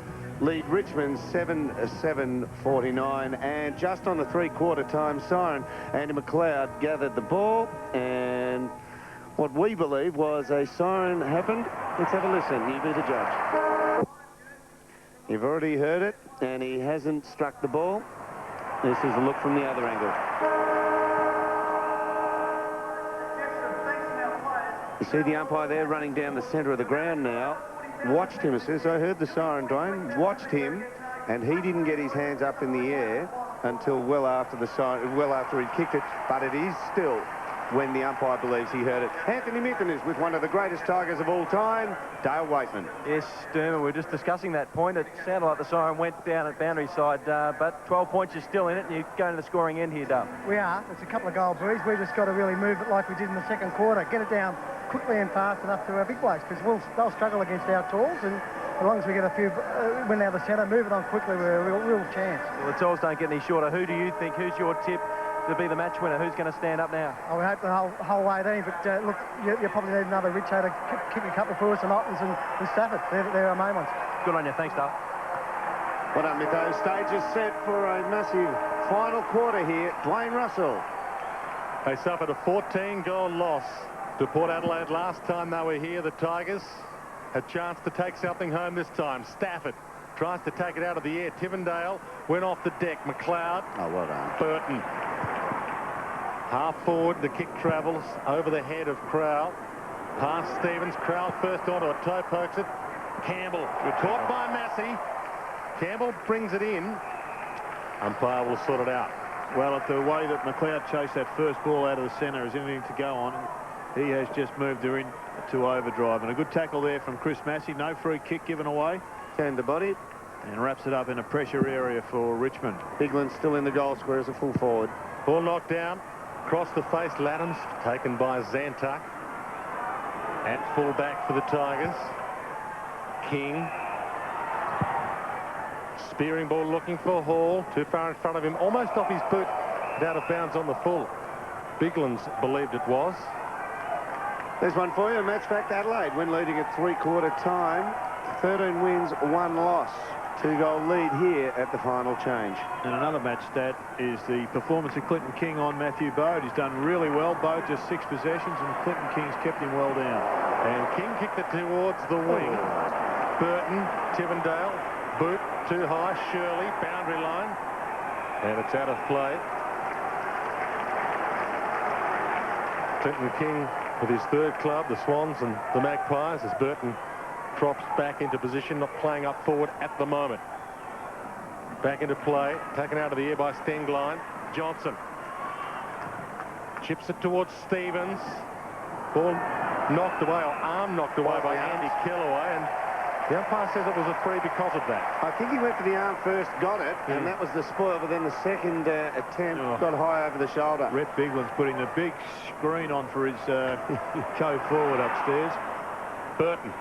Will he launch one long? Goose steps to 60. Drop punt to the goal square. No one home for the Crows. Gasper calls for the safe catch. Bowden. Campbell. Now Mills on the wing. Worked hard, Greg Stafford. Fiora can run it to half forward. Stafford almost provides a share, but 2 bounces. Fiora runs to 60. Drop punt to the goal square. Richardson and Otten's there. Smart. Hand on ball. Otten's great tackle. McGregor. Can anyone break it free? Cracker had a shot and missed. Gee, Nigel Smart's body strength must be fantastic at the moment. He actually moved Matty Richardson up. And I do believe, though, that Matty Richardson has lost a bit of weight so he can move around a bit free. He looks a bit thinner through the shoulders and just lost a bit of muscle and lost a bit of weight through the entire torso, just for fitness. Edwards got it to Hewitt, whose kick is cut off by Fiora before it got to Hart. Inside 50, Otten's tight angle. Takes the mark. Chips it, Bowden. Very kickable distance and angle. Yeah, what a turnover going wide by the Crows. Once it got to the big fella Ottens, you got Joel Bowden. You also had Andy Cracker and Richardson sitting in the corridor all by themselves. Chance to bring the margin back to 5 points. Has seen the highs and lows this year. Joel Bowden has played in every Tiger loss this year. Kicks across the face, and that won't enhance their chances of an away win.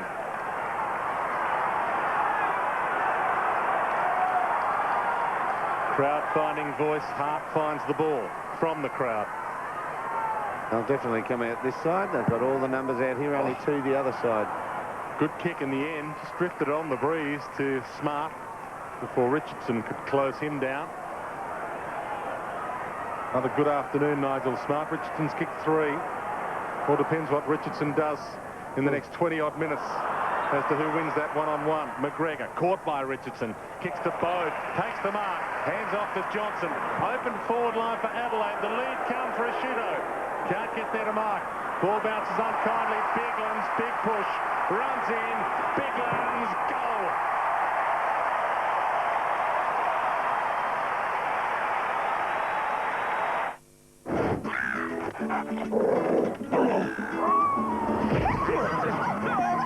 Paul Simpson didn't expect this.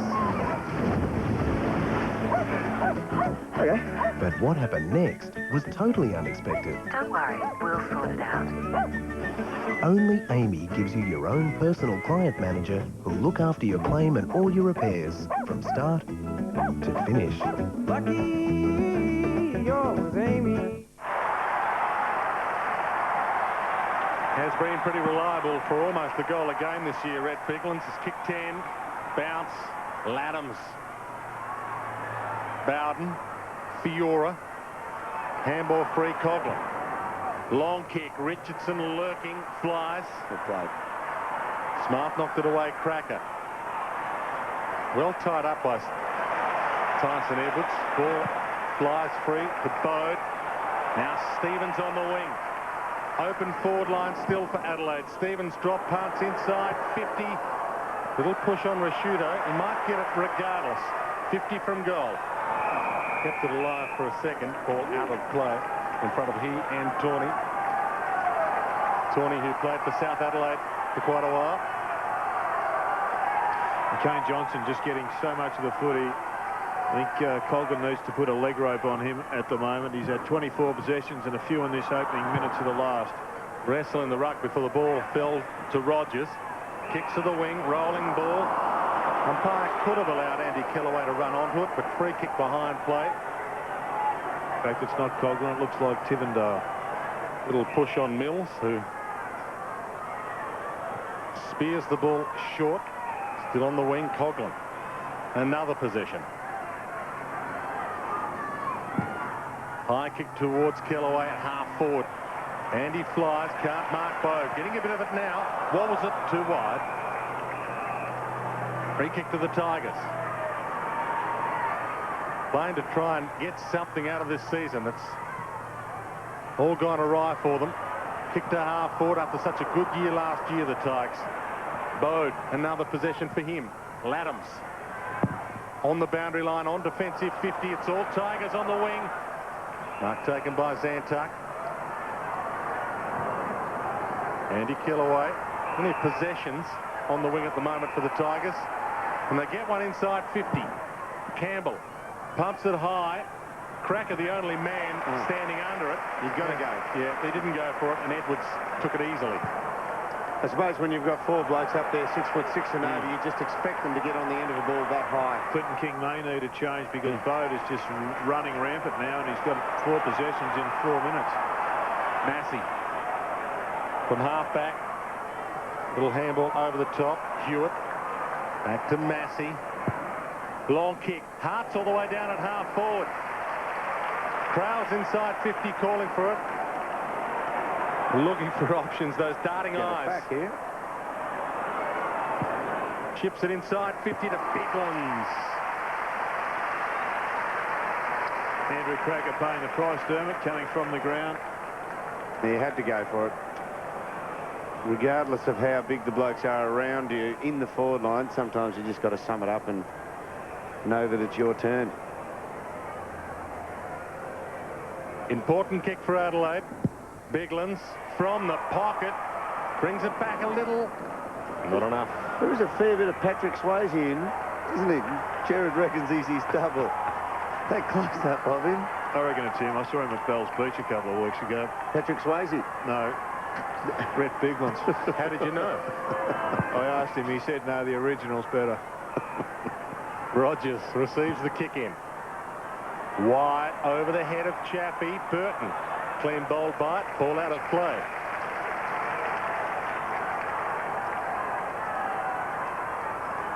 (68 to 51). Tigers kicking with a slight breeze in this final term. Danny Frawley working overtime, pleading.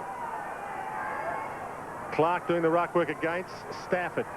Rogers tied up by Johnson, and we'll get another bounce from umpire Brett Rosebery.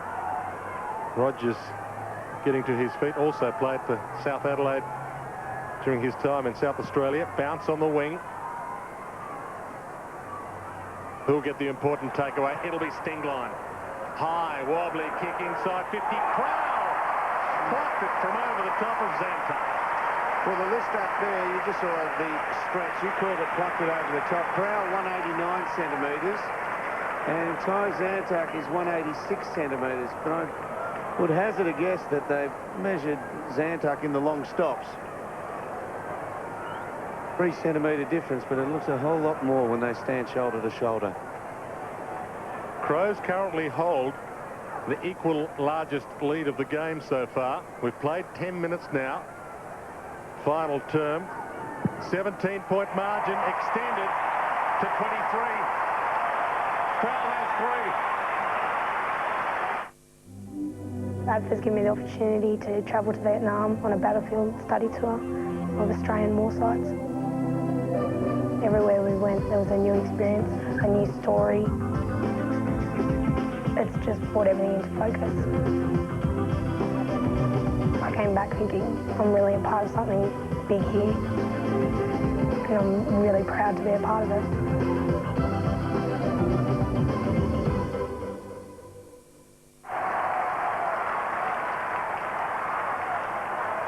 Going to be hard to peg the Crows back from here. Clark in the ruck, down to McLeod, back to Clark. Otten's fighting on the deck. Roden over the top. No one can break free, and we'll get yet another bounce. Well, you got that change there, Jared. Roden just stepping out of that pack onto Bode now. And he's had Clinton King relieved of his duty. 5 possessions so far in this quarter for Bode. Ball up, Coughlin, caught. Got the handball out just in time. Wasn't a handball. Umpire says play on. Bowden's kick wasn't really to advantage. Massey over it. And Chappie a little hurt in all that. Having a good run here, Chris Massey. Only the 2 possessions, but he's getting into a lot of contests in this last quarter. He had a couple of turnovers in the 3rd quarter, but he's running pretty hard at the moment. They've got some fresh legs out of him for this final quarter.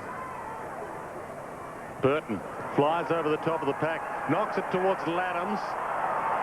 Caught by Coughlin, can't get the handball out at centre half forward, and we'll get yet another bounce.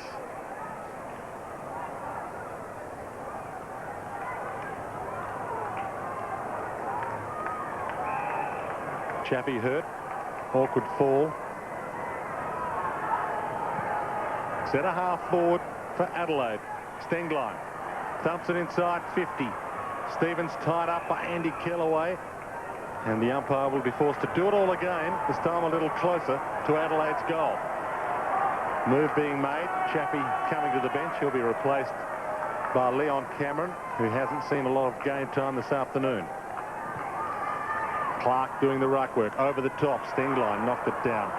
Little spray of a kick by Shirley. Found Coughlin wide. Is it too wide? Bounces out of play.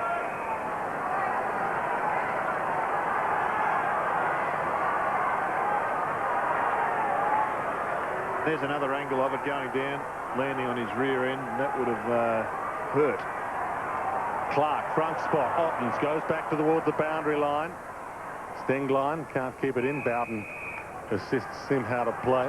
Well, the Tigers have got to throw around a little bit. They've got to just change the mix. They're getting out run through the middle of the ground and not getting it up into their danger area. The wrestle continues between Ottens and Clark. Ottens plays for the free, gets it. Yep. Well, we've talked about it today already that the umpires are giving less free kicks, but one area they haven't decided to pare back on is when ruckmen are involved. Wide ball towards the wing. Richardson comes at it hard. Massey and Tivendale. Good tackle by Massey. Ball not clear. High kick towards half forward by Johnson. Bounces toward Andy Kellaway. Stolen by Clark. Might have the last laugh on Stafford. Long kick at Ottens. It's offline. Behind. He's been rucking virtually the whole last 30 minutes and doing a good job. Here's Matthew Clark. And just down on the boundary line, we'll interrupt Anthony Mithen's sunbaking. Anthony, Joel Bowden from the ground. Joel Bowden's come off, and he did give Andy Cracker a pat on the behind and said, go get him, Tiger. So he was happy with that decision. Chaffee, just checking his ankle now, seems to have rolled it. Not too much damage. So Bowden's not injured? No injury. Tawney, dangerous. Cracker had it. Newman over the ball. Stenglein over the top of him, and all of the 40,000 people here at Amy Stadium say it at once in the voice of Seinfeld. Newman. Half-back flank. Kane Johnson comes from the field. Dowdy changes with him. Cameron across to the wing. Andy Killaway and Risciuto. Rare win for Andy Killaway against Risciuto. Chips around the body. Coughlin. Burton. Now Tivendale. Slippery handball by John Cock. Found Shirley. Now Doughty. Adelaide Crows have the loose man wide. Edwards. He's got the run. Two bounces. Yep. Rogers doesn't come at him initially. Chips the kick over the top to Massey. Now Bode. Now Risciuto tucked into the pocket. Roden chases him down. Centering ball to full forward. One grab, two. Stevens, is he paid? Yes. Plays on. Oh, he likes it. It all depends on whether this man does. He likes it too.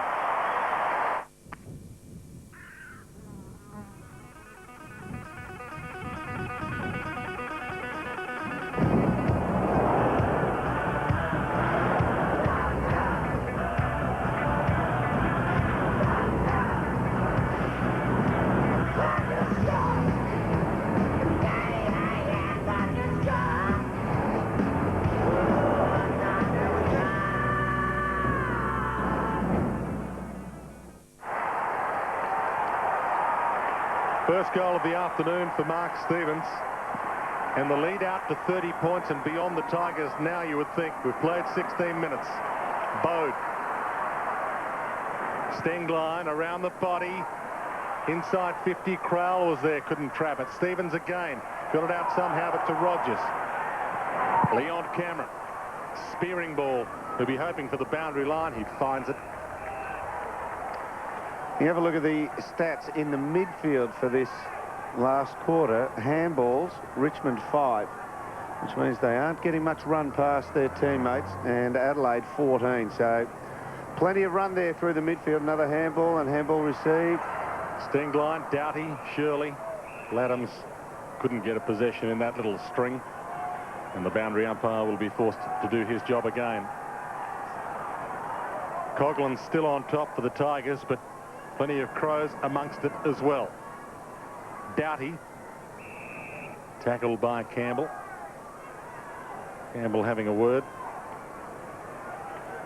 Been impressed with Chris Massey's effort in this last quarter. He's only had the 3 possessions, but he's laid tackles, he's run through the lines, and he's just opened up the midfield for some of the other Crows players to run through as well. Well, some of the Crow players like Massey playing to be in the 22 come the finals. Handball to Roden, close to the boundary line, keeps it in. Tivendale, 60 from goal, chips it around the body, dangerous, good mark taken inside 50 by Bowden. And he a chance to kick a consolation goal for Richmond. Roden's handball over the top. No surprise that Roden is quick. His uncle John ran the 100 metres at the Atlanta Olympics. Speed in the family. Bowden about to kick a goal from the 50. High drop punt brings it back on the breeze. That's a gem of a kick. She's run off to England. Maybe a call could bring her back. Half-hour calls to the UK are only $2.50 with Primus Telecom. If not, you could always post those pictures on the internet. iPrimus gives you unlimited hours and downloads for only $24.95 a month.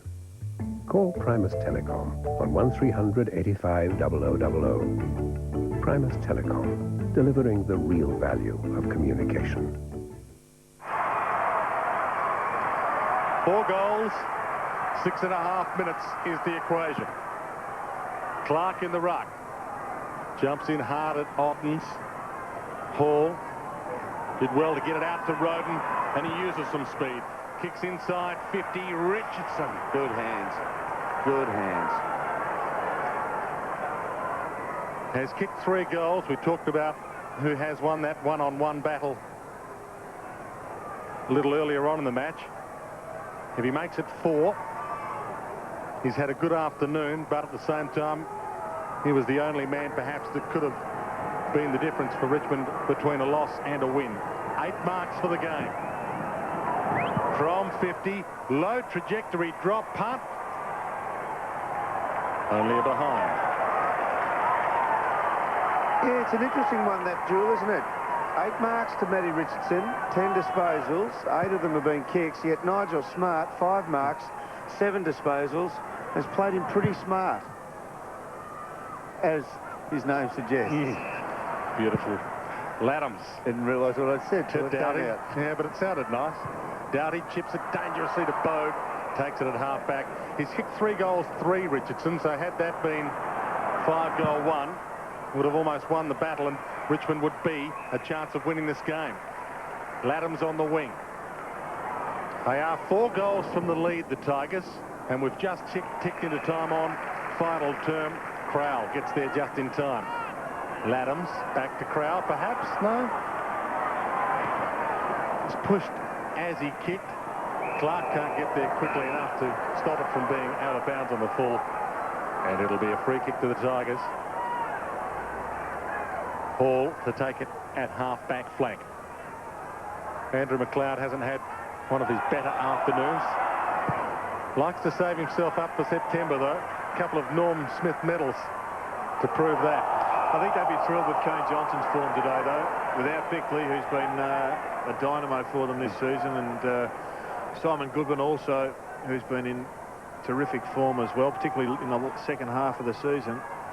They are going to need Kane Johnson running at his best. Campbell to Bowden. High kick towards half-forward. Race on between Mills, Hart and Ottens. Hart gets there first. Plenty of numbers around the ball. 3 against 2, and that's the secret to the Crows at the moment. They're working outside of their comfort zone to get extra numbers. McLeod's second possession this term, wide to Hart. Half-back flank sees Massey on the run. Still playing for his spot on the team, and went pretty close to marking that one. Shirley, unorthodox attempt at a handball. I think he took 2 shots at it. Johnson's been off the ground for about 10 minutes. You'd expect him to come back for the final half a dozen minutes or so just to finish off the game. There's the clearances. Coughlin, Campbell, 18 between the two. And Greg Stafford's been good value when he's pushed away from full forward. Tyson Stenglein had the run with roll as well on Bowden. Back into play, Shirley. Sort of a better handball. Just have a look at their bench. Another ball up. Mitho, have a look at their bench. They all look like players capable of running through the lines, bar Binky. Hardly look to have raised a sweat, do they? And plenty of firepower to come on. Kane Johnson just preparing to come on. You're a genius, Jared. Yeah, I saw him going to the interchange. Well done. You idiot. McLeod found a spark, found Crowell, who found Doughty. Runs to 50. Drop punt, slightly across the face. Hand on the ball by Biglands and Gasper. Kellaway, back pocket, Gasper will find the boundary line, perhaps with a trickling ball. Zantuck gets there in time, keeps it alive. Handball to Roden, and he can run the wing. He might run the 100 himself. He runs about 45 of it. Chips it inside 50. Nice kick to Fiora, and he takes the mark. He's been all right in the last quarter, Aaron Fiora. He's been playing off the wing, half-back flank. Matty Richardson looks like he's coming off the ground now, and Flea Wakeman turns him around at the interchange gate. Says, no, you stay out there. Aaron Fiora. 3 marks, 3 possessions in this last quarter, but he's willing to run. Not time enough, regardless of what he does with this kick at goal. Inside the last 3 minutes of the match. Starts at left, leaves it left and short. Punts through for a behind. What went on there, Mitho, with Richo? Well, Richardson was called to the bench, and then he got about 2 strides from it. Dale Waitman came out and said, no, back out you go. Duncan Kellaway was waiting to come on as Mark Rashudo comes off to the cheers of the crowd. Brian Binky back on. Did he take himself off, perhaps? No, I don't think that was the case. I think there was a mix-up in communication, perhaps, Jared. Burton gets on the end of a string of Crow possessions in defence. Found Stenglein, who finds Massey. 3 Crows could have marked that ball. Massey, Crowell or Stevens. Massey pulled out the winning ticket in the raffle, and he finds McGregor. Oh, well, that's good, because he did turn the ball over by foot in the 3rd quarter, Chris Massey. I thought that might have gone against him for a berth on the ground last quarter. Gary Ayres kept faith in him, recognised that, yeah, he did have to step up with a bit of run through the midfield. Chris Massey's continued to put pressure on in that area in the last quarter, and has even rectified those turnovers from the 3rd quarter. Good spot up. It's been workmanlike from the Crows. Gary Ayres would be pleased, though, with the victory. They haven't dominated, they haven't played their best footy, but they came off a big high last week in the showdown. And in pretty tough conditions, they've outlasted the Tigers. Third spot, the reward for them.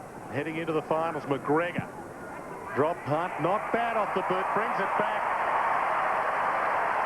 And McGregor has kicked his first. It's beyond anything you've ever experienced. Gillette Series Arctic Ice Shave Gel. Ultra conditioners for an ultra smooth shave and an invigorating fragrance. Arctic Ice Shave Gel from Gillette. Well, I can't think of any other place where you get your tertiary degree paid for, you get all your HECS and all your healthcare paid for as well. I mean, to me, it's made a big difference, you know, for me and my family.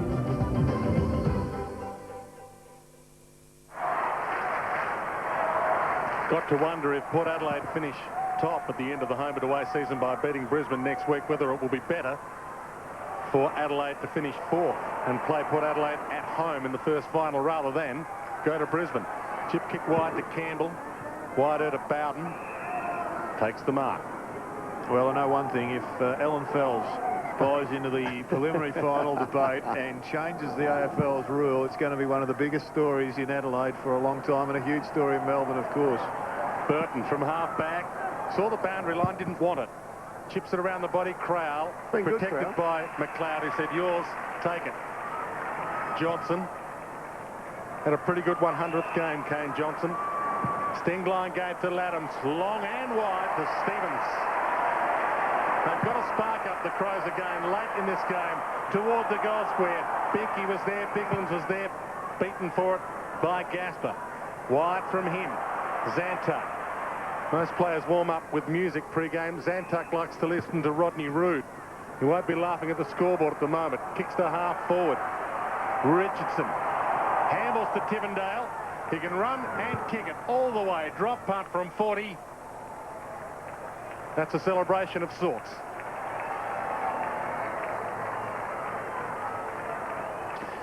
Well, it's a goal, but the result is clear. It would be an incredible turnaround, Dermot, if Alan Fells starts dictating where the finals are going to be played, and it's fair enough if he thinks it's against the rules. Then Adelaide finish up with a preliminary final, as they should. I know the contract's in place, but geez, it'd throw it into turmoil. Yeah, on the other side of the equation is that both Adelaide and Port Adelaide have joined the competition as new franchises, and when they came in, let the buyer beware. They spent their money, but the contract was already set. Stingline to Johnson, to half forward, Johncock. You're throwing up the buyer beware to things.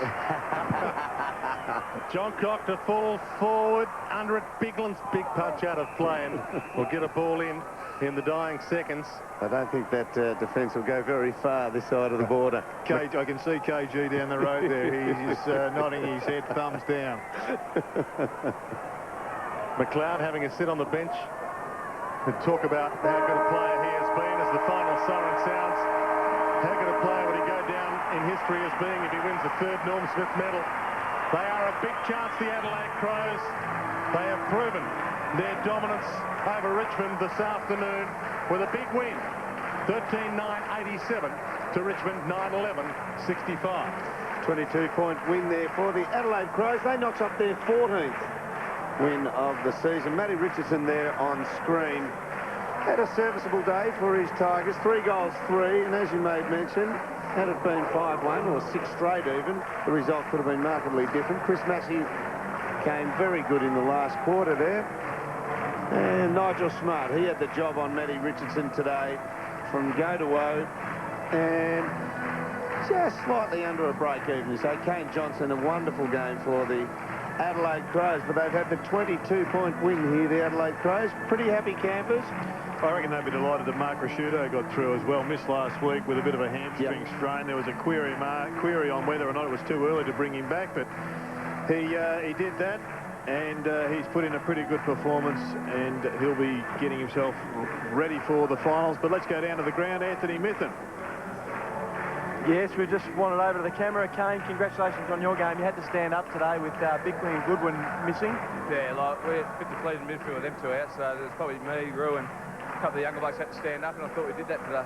You got plenty of run there at the end of the game, and it has been pretty hot conditions here. It's looked very pleasant on the TV, I'm sure, but it was about 18 degrees, so would have been pleased with the hit out. Yeah, it was a bit different to have a bit of the warmer weather this time of year, but it probably holds in good stead because September's usually got the warmer weather, so hopefully it will. And you go over to Freo next week. You take the mouth guard out, just whip that out, and on the way Freo next week. They're really competitive over there, so it's a nice little pipe opener for the finals. Yeah, we played them there last year in the last round and got knocked off before the finals. So this year we're trying to make amends from that and get into the finals with some winning form. Just one final one. Why is it that your name is included in every trade talk that we see around the place? Oh, I think I'm from Victoria. It happens every year, so I don't even listen to it now. Let's get on with things. Sticking with the Crows. Thank Good you. on you, Kane. Thanks.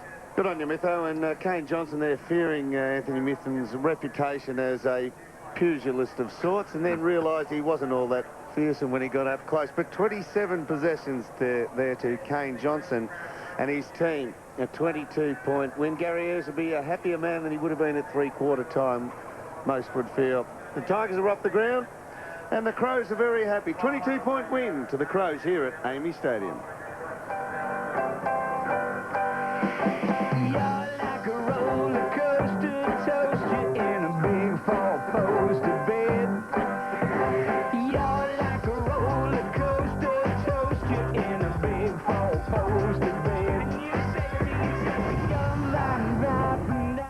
This afternoon on Postcards, the search for winter whiting in Coffin Bay, contemporary art on show at the port, a yachting challenge with a difference, so I'll take you up and over the port bridges, past, present and future. This afternoon, Postcards on 9. Everyone knows there's nothing wrong with one little cup of coffee. Well, you're wrong. That is magnificent. But one cup too many is making this job a little bit tricky. Someone help me, please. That's the last one today. Changing rooms tonight on 9. Look, it's this. I love it. Oh, that's cool. Kids? Dad. What are you guys doing here? Nothing. What are you doing here? Oh, just looking for a Father's Day present for Simon. Dad. What are you all doing here? Nothing. For generations, people have been getting Father's Day gifts from Mitre 10. Because at Mitre 10, you'll find a gift you know he's going to love. What are you doing here? Just picking up a little something for... Is that you? Dad?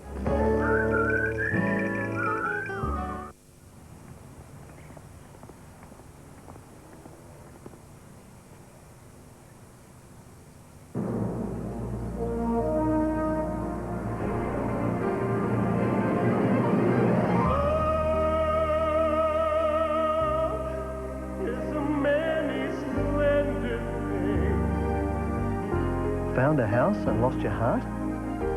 Talk to Bank SA about a home loan.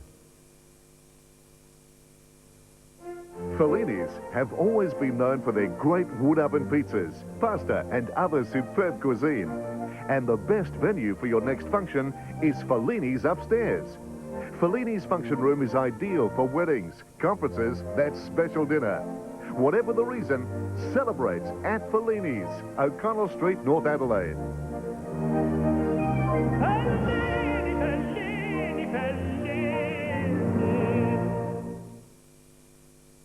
Robinson's got to chase Bickley, but Mark Bickley's too good for him. And he kicks a goal. Big fly, McLeod. Terrific mark. Over the top, Shell. Big marker. It's beyond anything you've ever experienced. Gillette Series Arctic Ice Shave Gel. Ultra conditioners for an ultra smooth shave and an invigorating fragrance. Arctic Ice Shave Gel from Gillette. Dads are strong, really strong. They have big muscles to lift heavy things, especially for mums and kids like me. Dad lifts heavy things for me and Mum all the time, even after he has been working all day and is tired. He still helps us. My dad is strong. He has very big muscles, especially his heart.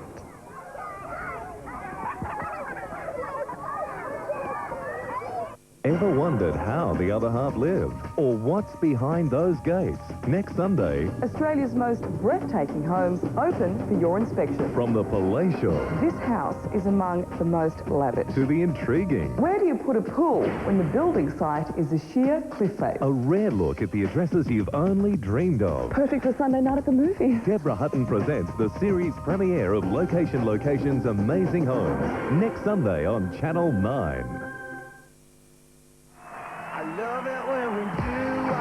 Welcome back to Amy Stadium. Final scores here. The Adelaide Crows victorious by 22 points. 13-9-87 to the Richmond Footy Club. 9-11-65. Methodical in the end, Gerard Healy. Yeah, it was a bit disappointing, Dermot. I thought we would have had a much closer last quarter, but the Tigers ran out of juice, and Adelaide just showed why they're near the top of the ladder. A quality side and a courageous last quarter performance. Crow was, I think, the surprise packet, though, with 3 goals for Adelaide. He is one of those players who we're talking about that just may find another gear, another level of maturity and experience, and craft a name for himself through the finals and get Adelaide to the pointy end of the September season.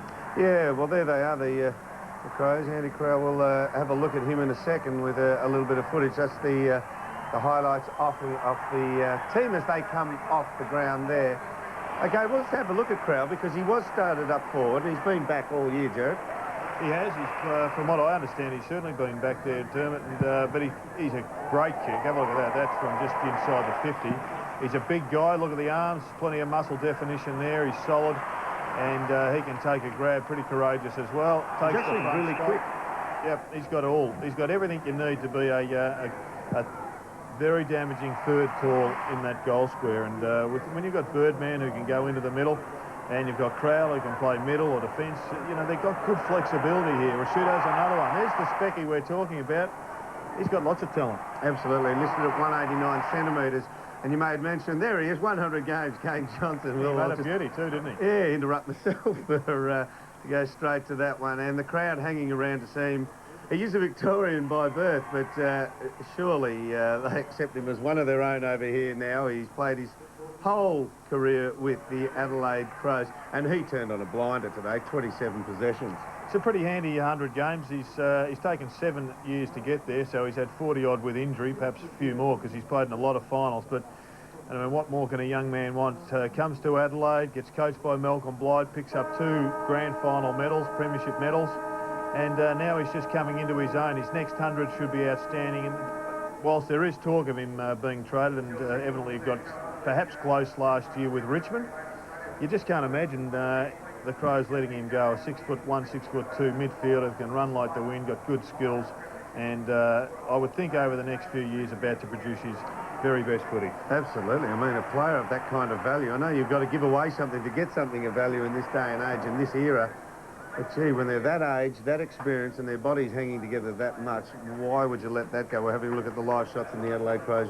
And there's your man, Rhett Biglands, who you nominated to go forward. He did that, kicked a couple of handy goals, and he's another one, Dermot, that has just developed incredibly this year. When you get the side-on shots here at ground level, and people at home think, oh, he's a ruckman, he's a rover, there's a bit of difference inside. When you get the shots that close, you just realise how big some of these guys are. He's a monster. Yeah, well, we could compare him there next to Gary Ayres.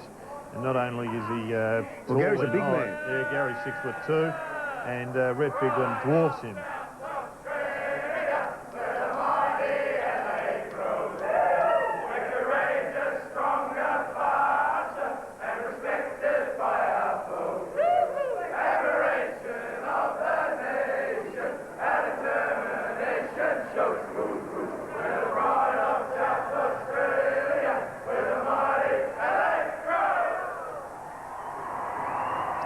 There's the difference. Big Gary Ayres dwarfed by Rhett Biglands there. Yeah, good value when he came up there. Let's have a look at the top 11 possession getters out there today. Kane Johnson, as we made mention, 27, 7 marks, and you go down to Laddams underneath him. Stevens, another very serviceable game at centre-half forward. And Steen Blind, he got a major tagging role, but still picked up 19 possessions. Ben Hartson is a player that appears to be doing a lot more running through the middle of the ground. Another fine season from him, and Burton showing his flexibility. Plenty of possessions as well. McLeod, not a great game by his standards, but still racked up 21 touches. Well, Anthony Mithen is in the room still, and he has Nigel Smart with him. Yes, I do, Dermot. And Nigel, I bunked up for you with Gerard Healy in the box today for All Australian honours. You're having a stellar season and another scalp of sorts. Richo, I think you had the better of him today. Well, he's a talented player. Like, he's probably 10 kilos heavier and a lot taller and a difficult opponent. He took a number of marks today, but luckily he didn't convert. And but on his day, he's a champion player.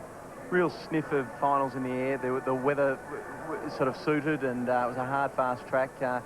You must be really excited in the twilight of your career to have one last crack at it. Well, maybe not last, but certainly a real good crack at it. Look, the team's performing quite well. We've got a good young squad. There are a lot of younger players coming through who are really performing. So that's the exciting thing about the Adelaide Football Club at this point in time. And myself and Mark Bickley, being some of the veterans of the club, are really enjoying seeing the new group come through and take some leadership. And you might get a couple back next week in Bassett and Goodwin, and Welsh playing pretty good footy in the sample.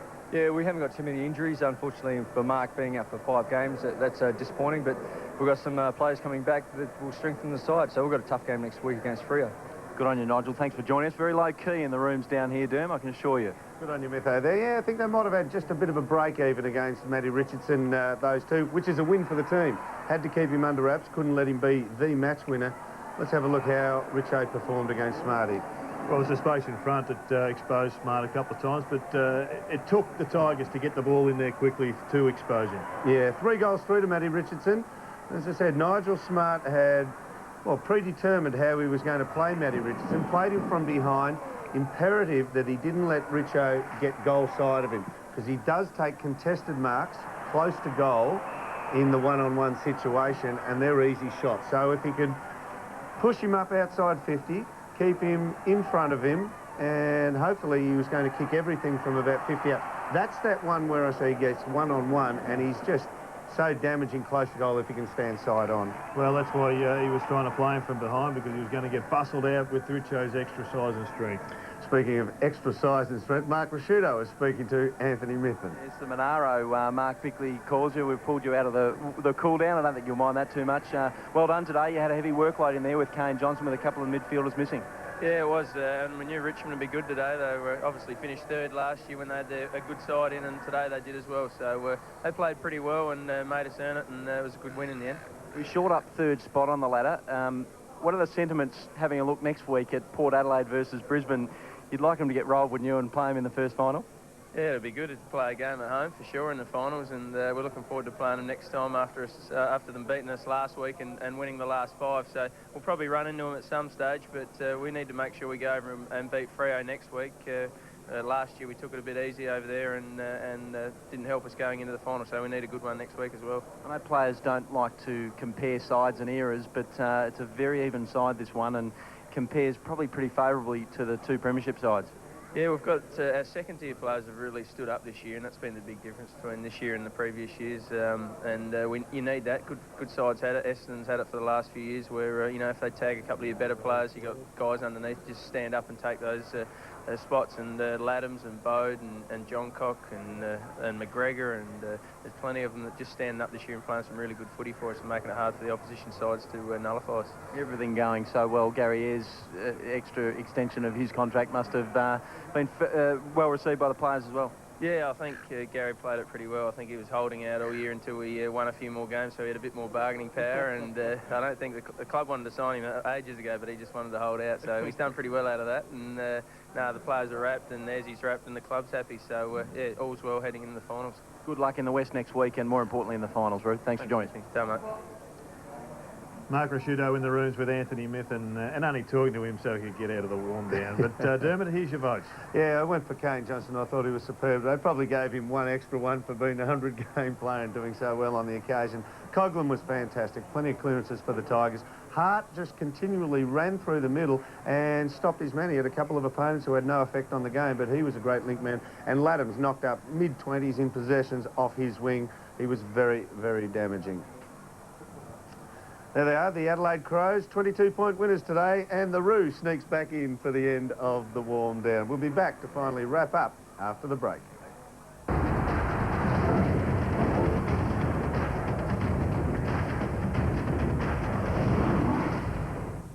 5:30 weeknights, go on, give it a go. Here comes another catchphrase. Sit back at home, See it and say it. Oh, too clever. More players, more prizes, more puzzles on the all-new Burjo's Catchphrase. 5:30 weeknights on 9.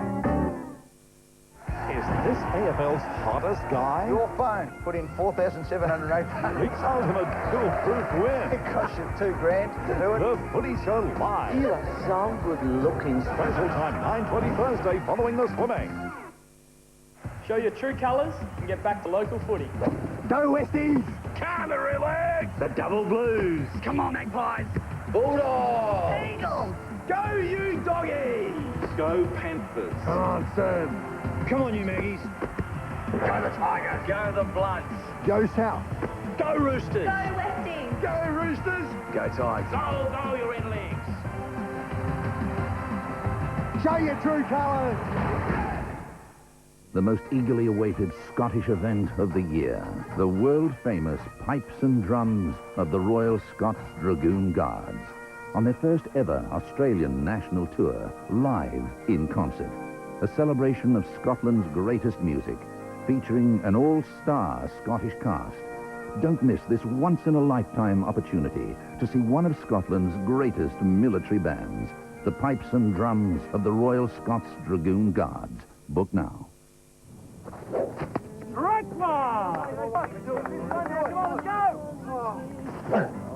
Strike two! Time out! Sometimes doing things just a little differently can help you reach your goals a lot faster.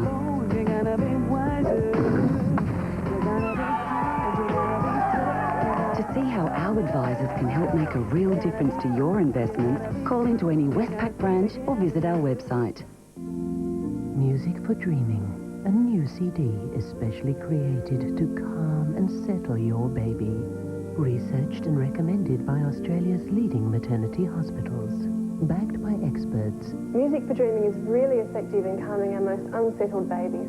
Loved by mothers. My baby just wouldn't settle. But with Music for Dreaming, now we both get some sleep. Music for Dreaming, the perfect CD for baby and you to relax and rest. Hi, I'm Georgina. This is my daughter, Georgina. She's just finished 2 years of treatment for leukemia. I don't have leukemia anymore. At last, this is in fact true. And while we couldn't choose whether or not Georgina had leukemia, we could choose to fight it. Baby. Soon, you'll be faced with a choice. When someone knocks on your door, please give what you can. The Leukemia Foundation Door Knock Appeal. Please open your door for a cure. On the stroke of midnight, when strangers walk amongst us, one man will fight against time. Who are you people? Starring Rufus Sewell, Jennifer Connelly and Kiefer Sutherland.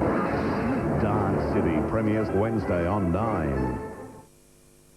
Tonight, 3 big names, 3 big chances. Will it be 3 gold medals for Australia? Grant Hackett leads the charge with Liesl Jones, Patria Thomas and American boy wonder Michael Phelps. The Pan Packs, live 6:30 tonight on 9. Happy scenes here at Amy Stadium for the locals, Adelaide. 13-9-87, a 22-point win over the Richmond Tigers, 9-11-65. Well, we are going to go down and talk to Gary Ayres in the rooms pretty shortly, but before we do that, let's take a look at the ladder, and Gary Ayres, I'm sure, would only be interested in the 4 points, and you can see there Adelaide go forward and take their 14th scalp of the season to consolidate their position in third spot. They can't lose that. They may... well, if Collingwood get on and have a win, it's still in dispute to some degree, but they're currently doing battle with St Kilda, and that is a pretty interesting match. And the Freo Essendon one, well, that's going to also impact on the 8 as well. Absolutely. Well, Anthony Mithen is down in the club rooms with the Victorious coach, Gary Ayres. Yeah, thanks, Derm. And Jared, we were just trying to do our maths ourselves down here, and, well, pretty confident that you might have shored up third spot with pretty good defensive effort, and we were speaking about that just earlier. Last month you've done really well defensively to keep sides to a really low score. Yeah, we have, Anthony. Like Richmond in the last month have actually been averaging 16 goals a game, so for us to keep them to 9, we probably didn't make enough of the chances we had in our forward 50, but look, I'm pleased with the win. I didn't think we played overly good today, but I think after the events of the week and last week's effort against Port, I think it was just very, very good for us to consolidate in the top 3. Azzy Dermot here. Richmond were pretty good around the stoppages today, somewhere where you guys have been outstanding in recent times. Yeah, they were, Derm. We'd had a look at them during the week from a training aspect, and they did a fair bit of work on their stoppages. So it's been interesting that a lot of the sides that we come up against now are actually putting a fair bit of planning into those particular areas, and I thought they congested that pretty well. And at the end of the day, they probably were a little bit better performed than us, although I thought Clark got his hands on the ball a little bit later on as the game unfolded, and we were just able to keep him at bay. And again, it's going to be a pretty important area come the finals, that whoever can get on top in the clearances can put enormous pressure on the opposition.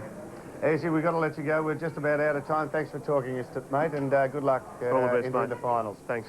Gary is there, and let's take a look now. We'll get a couple of boards up and have a look at the scores of the progressive score between Essendon and Fremantle. And the Dons there, 8-12-60, Jared. Fremantle, 6-9-45. Well, so far a pretty good performance by Freo, but a long way to go. Let's have a look at the shows coming up next. For the AFL viewers, Melbourne and Adelaide, Collingwood and St Kilda from the MCG. And for our Northern State viewers, the NRL fans, Parramatta against the Northern Eagles, 4 p.m. in both those states from Parramatta Stadium. Well, it's been a 22-point win here to the Adelaide Crows. Thanks for your company.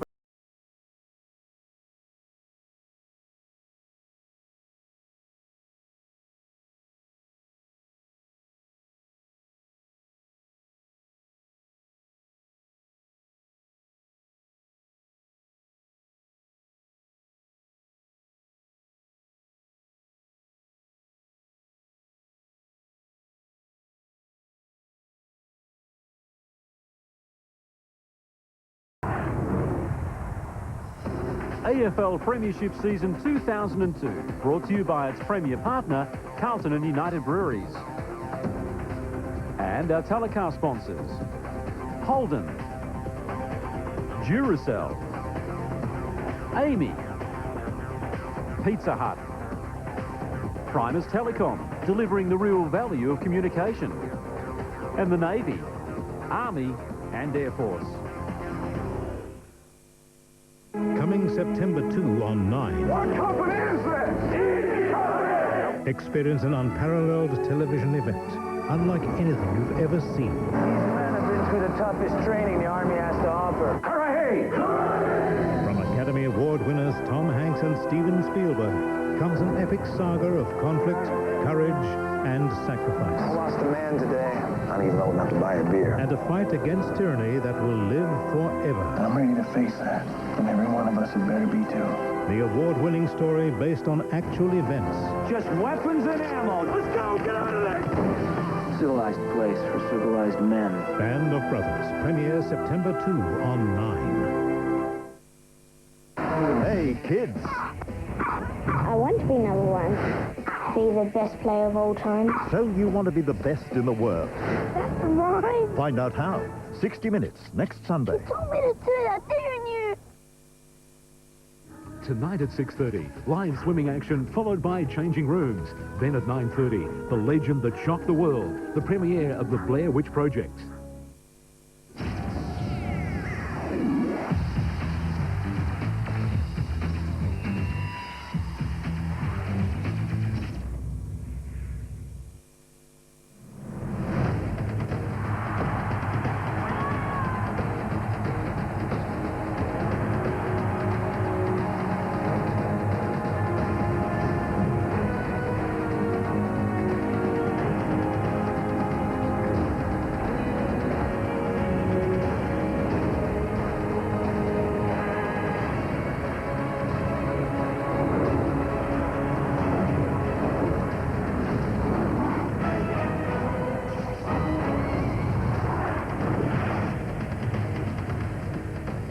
Good afternoon, everyone. As we continue AFL Sunday on Nine's Wide World of Sports, let's take another look at that scoreline from Amy Stadium, where Adelaide were too strong for Richmond this afternoon in front of 42,878 fans.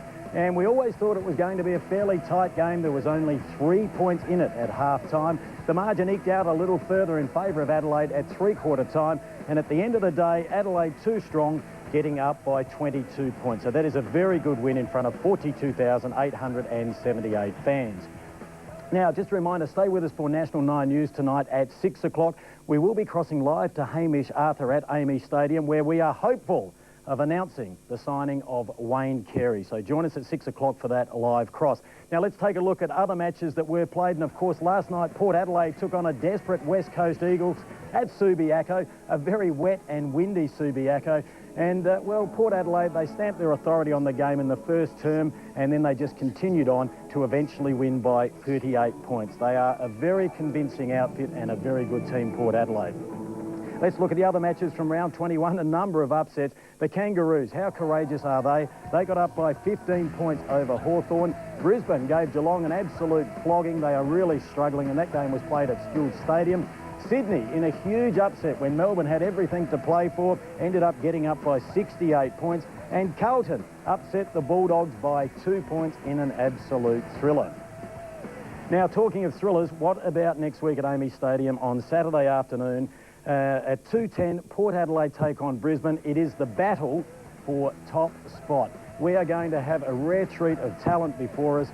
Jason Ackermanis, Simon Black, Michael Voss. It goes on and on and on. And, of course, the brilliance of the Port Adelaide side, Warren Treadray, Gavin Wanganede, Josh Franco and Roger Jones. It's going to be a beauty. Then on Sunday, Adelaide do it all again. They head over to Subiaco. They did this last year in the final minor round when they were playing for a home final. They have to get up over Fremantle. It will not be easy over there. 3:10 from Subiaco. That is going to be an absolute beauty. Now, there are two great games coming up on the Sunday. Don't forget, 5:30, stay with us tonight for Postcards. Join Keith and the gang. Always a great show. AFL Sunday continues now. We're about to cross to Tony Jones and have a look at the St Kilda Collingwood game. This is AFL Sunday on the 9 Network as we welcome Adelaide viewers for the first time this afternoon. You've certainly picked a great time to join us. We are in for a riveting finale to the Collingwood St Kilda game at a sun-drenched MCG. At the moment, scores are dead level, 6-7 apiece, and there's 14 minutes left in the third quarter. Spider Everett kicks his second goal, and the Saints draw level. In the middle, Fraser. They look purposeful in this quarter, Collingwood. No doubt, Tarrant, Hudson, they look lively. Garrick in defence, being forced to work overtime in the early part of this third quarter. Baker takes, in fact, Jones takes Lockyer on. Around, no problem, beautiful pick up there by Hamill. Releases the handball to Black, under the pump, Collingwood applying the pressure. Hamill just went and got the hard one, it was brilliant. You heard Gary in the background. Hayes. Driving ball to centre-half forward. Good spot. They fly. Crummer's needed. None for St Kilda. One for Collingwood and Loney onto Wakeland. Taking the ball through the middle of the ground. McGough onto Lucuria. Lucuria ball forward to Tarrant. Wrestling with Hudson. Over the back. Jones will be happy to see it over, you think? I think the point, Gary, is both sides are starting to open it up. I mean, both sides are moving the ball quickly, and it was good play from Collingwood. Unfortunately, a bit of a poor kick from Paul Lucuria coming into Tarrant. It's the inside 50 count. The Pies lead it. No lead on the scoreboard. It's all tied up. Baker just got it nicely on. Lenny Hayes, the linking running being done by Baker, but he goes backwards to Black. Hamill, who did some terrific work earlier on with the body, gets the footy into the centre. Spider Everett, as Gary Lyon mentioned, wanting it one out and getting it one out at the moment. 55 out, left foot high ball. 1-on-2 situation. And Scotty Burns, as he has done for his whole career, comes back with eyes only for the footy. Thumps it across the line. The Saints up by a point. I think the Collingwood defenders are very good once the ball's kicked to leave their opponents to go and help their teammates. They make a 2-on-1 and 3-on-2 contest all the time. So that's why St Kilda honestly need to get the ball in quick. If they don't, there's going to be too many Collingwood players there. So St Kilda all of a sudden have just slowed Collingwood down a touch in the last minute or two of the game. Stopped the bleeding to a certain degree. Peckett, and they've hit the front by a point. They've both got to win the game, Brian. I think that's why we're going to see some more entertaining footy. You can see St Kilda have had a lot more of the footy, but Collingwood now got to come out and win it. They can't save it, they've got to go and win it. So we'll see some better footy, I'm sure. Pope knocked it out wide. Peckett pushed off by Burns. Support running behind him, Lucuria. As Lucuria just tucks the ball, so they'll have a bounce and get through the midfield. Beautiful kick to Tarrant, and Tarrant leads. Pushing one arm into Hudson's chest. And marking 52 metres out. It's a long ball. It's a great ball. Tarrant's kicked 2 goals.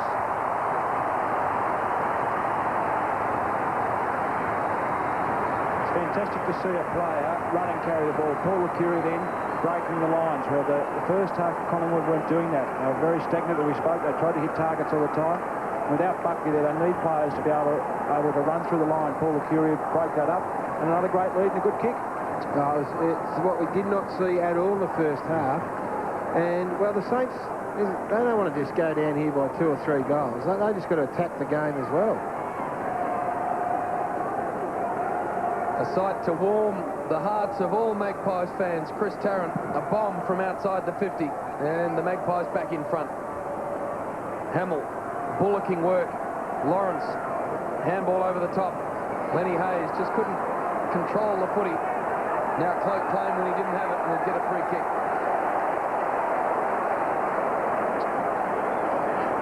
Yes, we'll have a look at this one again. Yes, free kick.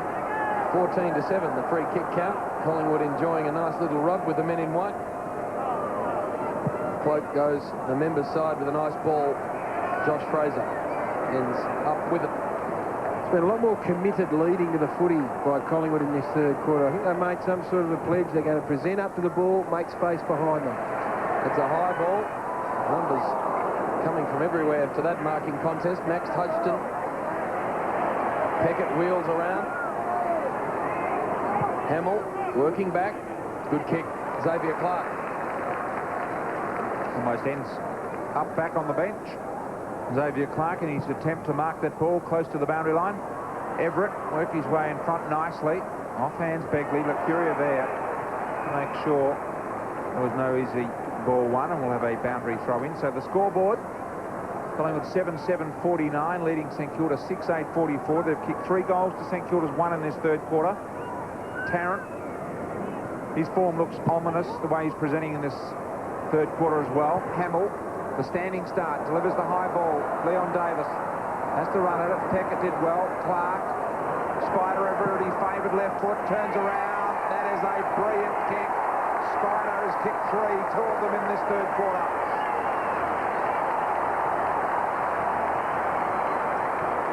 That was great play by Justin Peckett. Leon Davis was just sitting under it, going to take an easy mark. Very easy to give a free kick away in that situation, Gary. And he did a very good job. Turned around, made sure there wasn't a free kick, gave a great contest. And Xavier Clark, terrific handball and a great kick. At the moment, too, that Aussie Jones has been playing on Lockie, and they've been on a wing. What Collingwood have done, put Lockie in the forward line, so taking Jones out the midfield. Saints get it back to a point. Lead over the Magpies. Much better footy in the third term here at the MCG. O'Brien claimed high, according to the umpire. Collingwood with the clearance. He goes to the outer side. McGough worked under it by Peckett. Instrumental in that last goal, as you heard from Rodney Eade. Around the corner now. Lenny Hayes getting involved. Lawrence has been good. Along the line to Thompson. Well done, Burns. With a fist in there to break it up. Been a great battle, Thompson and Burns. Have been together for most of today. Thompson had 10 possessions. Burns has had 13. Stewie Lowe, a lot of the ruck work for him. Peckett, just a little untidy. Now Milne with a high ball. Try marking that. Begley on the ground, unable to get it. Burns did well. Johnson now. High to half forward. They come from all directions, and the mark's paid. Is it going to end up with Lawrence? Free kick, I reckon, against Brodie Holland. Okay. Thought he was to Black. Anthony Rocker. So Black's going to end up with the ball after he gets the boots sorted out. Much, as I mentioned, more free-flowing and entertaining brand of football in this third term from both clubs. Heath Black long to a contested situation. Rewalt there. Got hands to it but couldn't hang on. Begley, clever. Just eased it over the top. Aussie Jones now running forward to the 50. Long flying shot on goal from Aussie Jones. Yes! Great finish.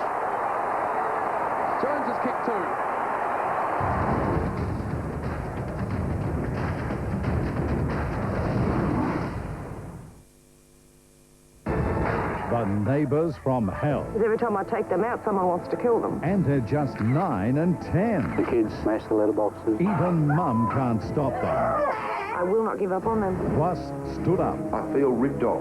Shoppers left stranded as they wait and wait for service. Well, you've got our business. Provide us something in return. And germs on everything we touch. It makes me very uncomfortable. Find out the real risks. Germs kill young children. Nissan presents A Current Affair.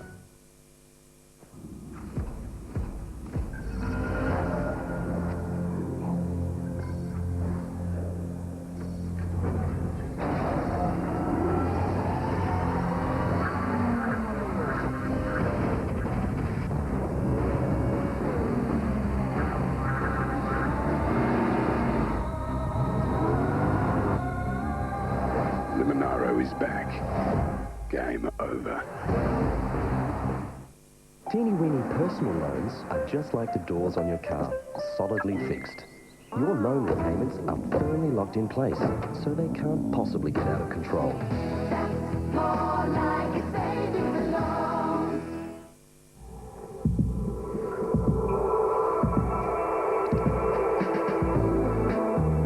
Sensatec adjusts to your skin type. New filler shape Sensatec, set for comfort.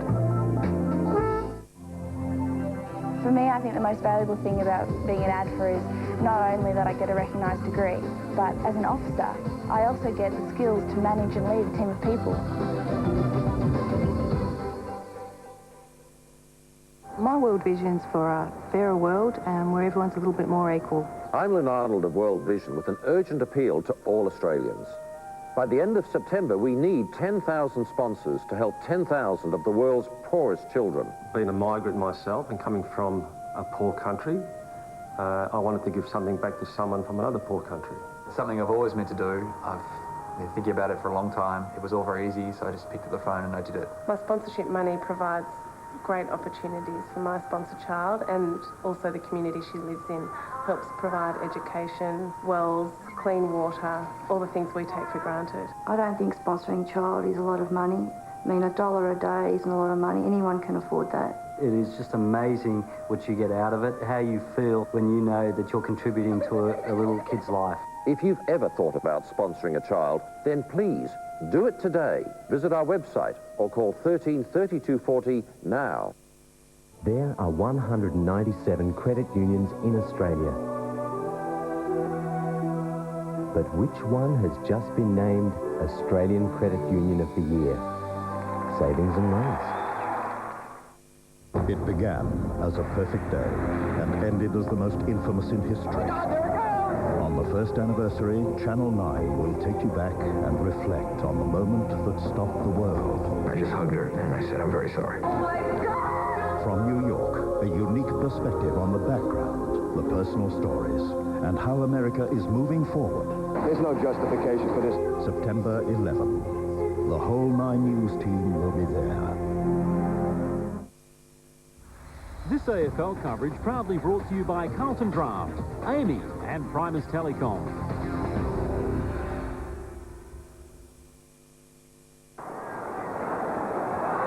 Two in a row for the Saints, 2 to Aussie Jones. They're in front by 7 points, St Kilda, and they've kicked 3 of the last 4 goals, all inside about 8 minutes. Inside Collingwood's attacking 50. Tarrant has presented quick hands rocker. Left foot snap would be a beauty. Across the face. Boundary line. At that last show bounce, and Hamill went into the centre square, and it was followed by Cloak, which is an interesting matchup on the ball. It is an interesting matchup. You would think that Aaron Hamill would know his way around that middle of the ground a bit better than Jason Cloak. Forward pocket for Collingwood. Rocker, bit of pushing.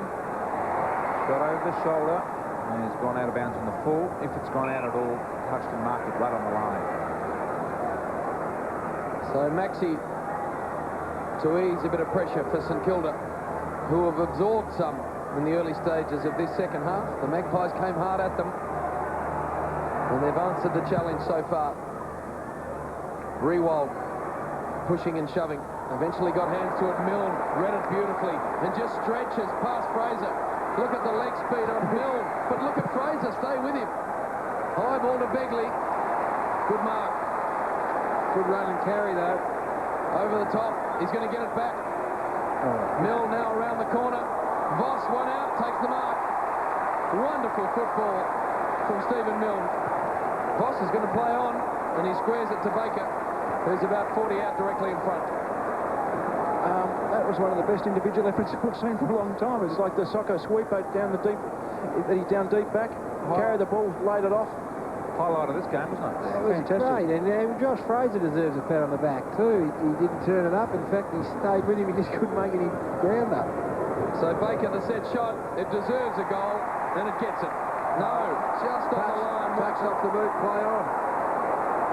So Wakeland goes sideways to Burns, and the Magpies dodge a little bullet. Oh, this would hurt if Collingwood were to score at the other end now. Clement's got the field in front. Lawrence trying to get back now and block the hole up. Lockyer couldn't mark off hands, so they're okay. Jones, kick missed its intended target. Clement comes in, support there from Mercuria. Not much of it, but it was there. Perhaps just in voice. Mercuria once again tucks the ball under the arm. We saw him do this just a moment ago. Rodney Eade commented on it. Kick forward to Tarrant, not quite as effective. Hutchton, game opening up now. He's got Hamill running in support. Hutchton takes another bounce. Back inside. They go forward. Everett's on the lead. Clark controlled it. Keeps his feet.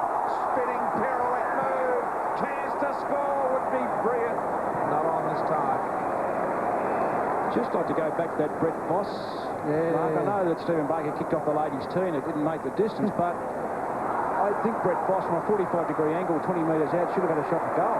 Turnover sees Peckett with the ball. Tries to drill it to Mill. Misses the ball entirely, and it stumbles across the line for a behind. Another one. Sorry, Rocket, continue. I'm finished. Thanks, James. Well, you talk about a game opening up. We'll get the bounces in this quarter compared to what happened in the first half. There have been some big individual runs. There's been plenty of room to work in. Loney comes members side. Fraser works it to the front. And we'll have a boundary throw in. Yeah, Xavier Clark, a little bit of individual magic there. The goal would have been a great one. But, yeah, coming to the interchange bench. A bit of a sit down. Stewie Lowe, as is Xavier Clark, making his way from the ground. There's Black, picks it up, round the corner with the left foot. Missing to the right-hand side, another behind. St Kilda have now kicked 10 of them. Half of the bounces that both of these sides have had have come in this quarter, so they're certainly running the football a lot more efficiently. Jason Cripps lying down there on the St Kilda bench as Mercuria received the kick in. Takes a bounce before he's even taken a step. Couple more. 3 in total now, and he can go another if he wishes. So you talk about running bounces, Gary. Mercuria had 4 just in that piece of play off hands. Lockyer to control the ball. The little quick give to Rocker on his non-preferred side. The centering ball. Tarrant the danger. St Kilda have got 2 there to defend. One of those was Lowe. And Maxie Hudson applauds Stewie Lowe. Says, thanks, mate. I was in real trouble there. Boundary throw in deep in Collingwood's forward 50. Wonderful campaigner Stewie Lowe's been for the Saints over the years. Hasn't had a lot of team joy to sing about, but he's butted up every week. Rewald to the front. Dangerous ball here for the Saints. O'Brien can close on it. Claimed in a tackle, gets out of it. Swings around on the left. High ball now. Gehrig parked under it, probably should have done better. Picked up by Tarrant, then he spills it. Runs into the Voss tackle. Low on the ground. Disputed ball. Holland looking for a free. They're going to have to get the footy out of there eventually. You would have thought the umpire lets it go for a long time. Now we'll have a bounce. That last boundary throw on Nick Rewald, you just got to be careful coming out of the top and just punching the ball anywhere, because it's right close in the back pocket, and it just went back into the corridor. It really opened up Collingwood. Genuine chance here for the Pies. They trail by 9 points. We've played 22 minutes in the third. Rocker, brilliant smother Lawrence. Been really good today, Lawrence. Throwing himself at every contest that's come his way. St Kilda out of defence. Work it with the aid of handball. Aussie Jones. Long ball. Getting some numbers back. And Cloak is marked on centre wing. A lot of St Kilda numbers behind the ball at the moment. which is giving them great support in that last line of defence. McGough through the midfield. Centering ball to Clement is good. What does he see downfield? Nothing yet. He waits. Patience needed for something to present. Kick in the direction of Rocker. Juggling attempt. Not quite there. He's fighting hard. Rocker somehow that come out. Tunnel ball fashion to Didak. Kick the first goal of the game. It's been marked on the line by Fraser. I thought it was almost over. Josh Fraser was standing out there for the best part of 30 seconds on his own. That's where the original footy should have been directed. Fraser with a difficult shot. He'll banana it. Right foot banana across the face. Kicked it out of bounds on the full or a point. It's the latter. So they get it within 8 points. Collingwood at the 24.25-minute mark of this third quarter. I think your favourite player, Brian, Stephen Lawrence there, should take a bow as well, because Anthony Rocker on the lead. Dropped the mark only because of the physical presence of Steve Lawrence, who was prepared to back. And doesn't like him, Brian. No doubt about that. Aussie Jones. Low one. Bad one. Turns it over. O'Brien went. It's claimed from behind, and now he's holding the ball. Pies fans don't like it. How's that for hitting a target? Begley. Good mark out of side. Game's lifted a couple of cogs. Hamill to fly in, 2 to beat. Rocker, one of them. Got some space on the members' side for Heath Scotland. Look at McKee. All sorts of room. He's ignored. They go more direct. Lockyer's got it. Slides the handball over the top to Burns. Inside the 50. Left foot. Long. And straight. Wait on the goal umpire. Got it. Well, that is a reward for hard running to Scott Burns. I watched him in the middle of the ground. I think he had his hand in the air, which tends to catch your eye. And I watched him run through the middle. He ran past 3 St Kilda players going forward. Fraser Gehrig was one of them. And I think Big Buckets might be blowing pretty hard as well, Stewie Lowe. So he's going to come to the bench and have a spell. Went right to the line, right to the wire. Good position by the umpire there. They may just have a bit more run in their legs at the moment, the Pies. So all of a sudden, Collingwood find some spark, and they trail by just 2 points after the Scott Burns goal. Time left in the quarter, 2.5. It's been close all day. 5 points St Kilda's favourite quarter time, 7 points at half time, and we've got a 2-point ball game in favour of the Saints right now with 2.5 minutes left in the third. Lawrence and Jones. Pressure. Gehrig, Lawrence again. Backs back, sums up his option. Beautifully done. Poise. Out in the Hayes direction. Set up the nice run. Hamill presentation was perfect. And he marks. 60 metres out. I think too far for him to carry the goal line from here. So the centering ball is on. Rewalt's the danger man here. In front, though, was the smaller player of Clement, I think. With Everett on the ball, I'd like to see Hamill take Cloak to the goal square and give him 5 or 10 metres as 10 minutes as a leading full forward. Scotland, a good mark. Now the numbers and the run. Collingwood, Burns, high. Not the best option. Thumped away from Holland by Voss across the line. Boundary throw in. Let's go down to the boundary line with Dr. Peter Larkins. Yeah, Josh Fraser did come to the bench with a blood nose. Probably a rotation anyway with McKee coming on to do some ruck work. And also Stewie Lowe, pretty sore. The doctors had a word with him when he came off. He was blowing hard, as you said, but probably we'll see him there the last quarter for this. So critical. McKee and Everett. McKee to the front. Burns has his kick smothered. Heads back in there to try and do it all again. And the umpire will come in and bounce the ball. All right, who's brave enough here to predict the win from here? What do you think? Is it going to go down to the wire at this rate? I would think so. Yeah, certainly at this rate it will. I think Gary called it. Depends who's got the run on the legs. No one is the answer to your question, Brian. I noticed that. Oh, Spider Everett, the roundhouse. McGough off the ground. Aussie Jones, probably the first time he's torched the footy today. I think the Saints are going like the winners, Brian. Good, Gary. Step to the line. That's what I like to see. Are you going to reciprocate? I think your judgment there is wrong. I think Collingwood might just get there, but who would know? Surprise me. We're guessing, aren't we? We are indeed. Because this game has been on and off all day. And really, it's a side that can probably put a good quarter of football together in the end that's going to win it, and that's hard to judge. Burns. Minute left, Collingwood trail by 2 points. The Collingwood crowd in the background, pensive. Look at them. In anticipation. Kick wide. Kick the rocks a few times in this quarter. Scott Burns lead twice in just recent time as Hayes took a nice mark. Delivery good to Black. Last opportunity here for the Saints. Kick wide, Lawrence. Go, Steve. Moving forward nicely. Kick on its way, Hamill direction, picked it up smoothly. 20 seconds remaining in the game. Centering kick, Rewalt over the back of the pack. Maguire picks it up, left foot snag to put the Saints in front by 8 points at three-quarter time.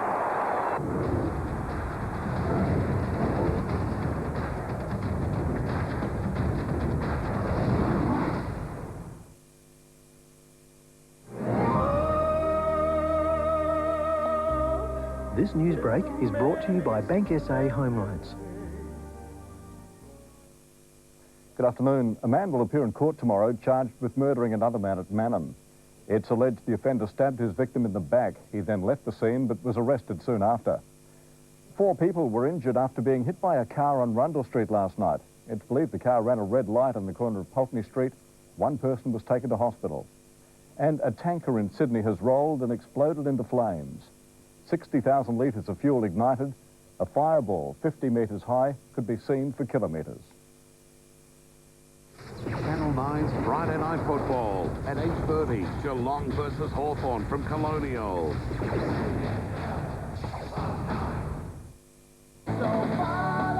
Holden Rodeo. For all your dirty work.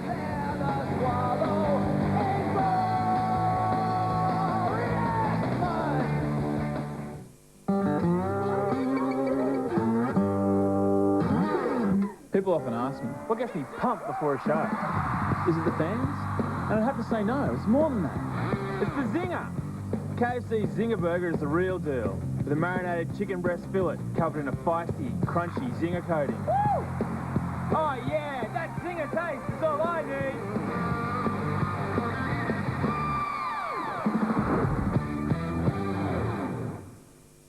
This Father's Day at Repco, we've got it all for Dad. Like this Newport seat cover set for just $45, or Valvoline XLD Premium 5-litre engine oil with a free V8 Supercar PCCD for $15.95. This MVP ankle grinder will make Dad's day at just $39.95. Pick up any T-Cut Colour Fast polish with a bonus polishing cloth for only $19.95 each. And at $179, this Karcher high-pressure washer complete with 3-metre hose is great value. Call 133-227 for your nearest Repco store.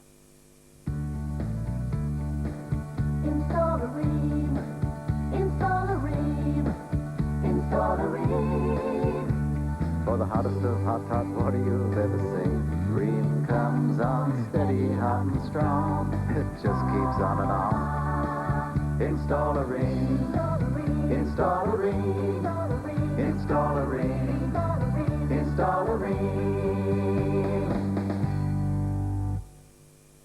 Paul Simpson didn't expect this, but what was totally unexpected, free taxis to and from home or work when you leave your car at an Amy Customer Service Centre.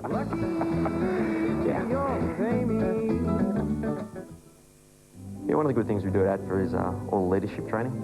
We had an exercise where we had to go and rescue a downed pilot. I was leading, so I was given a brief, given some coordinates, etc., and told, go find him and bring him back to the medical team. Within the group, it was a really great feeling. I mean, you really feel like you've done something, and it really did give everyone a buzz. For me personally, I mean, I know when I leave ADFA now, that given any situation, that I'll be able to get out there and take charge and get the job done. Australian-made, a gripping thriller starring Rufus Sewell, Jennifer Connelly and Kiefer Sutherland. What have you done to me? Dark City premieres Wednesday on 9.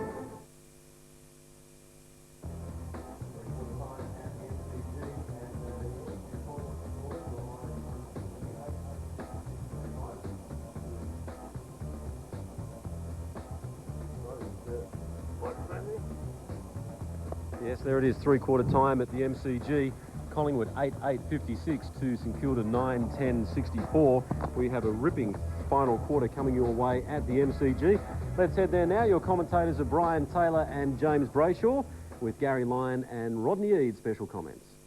8 points, the stretch. We're into the final term. Hamill been very good. The Saints with the first clearance cloak, as we've seen him do so often this year. Duck back as that roving defender. Got it to Johnson. Long ball, members wing.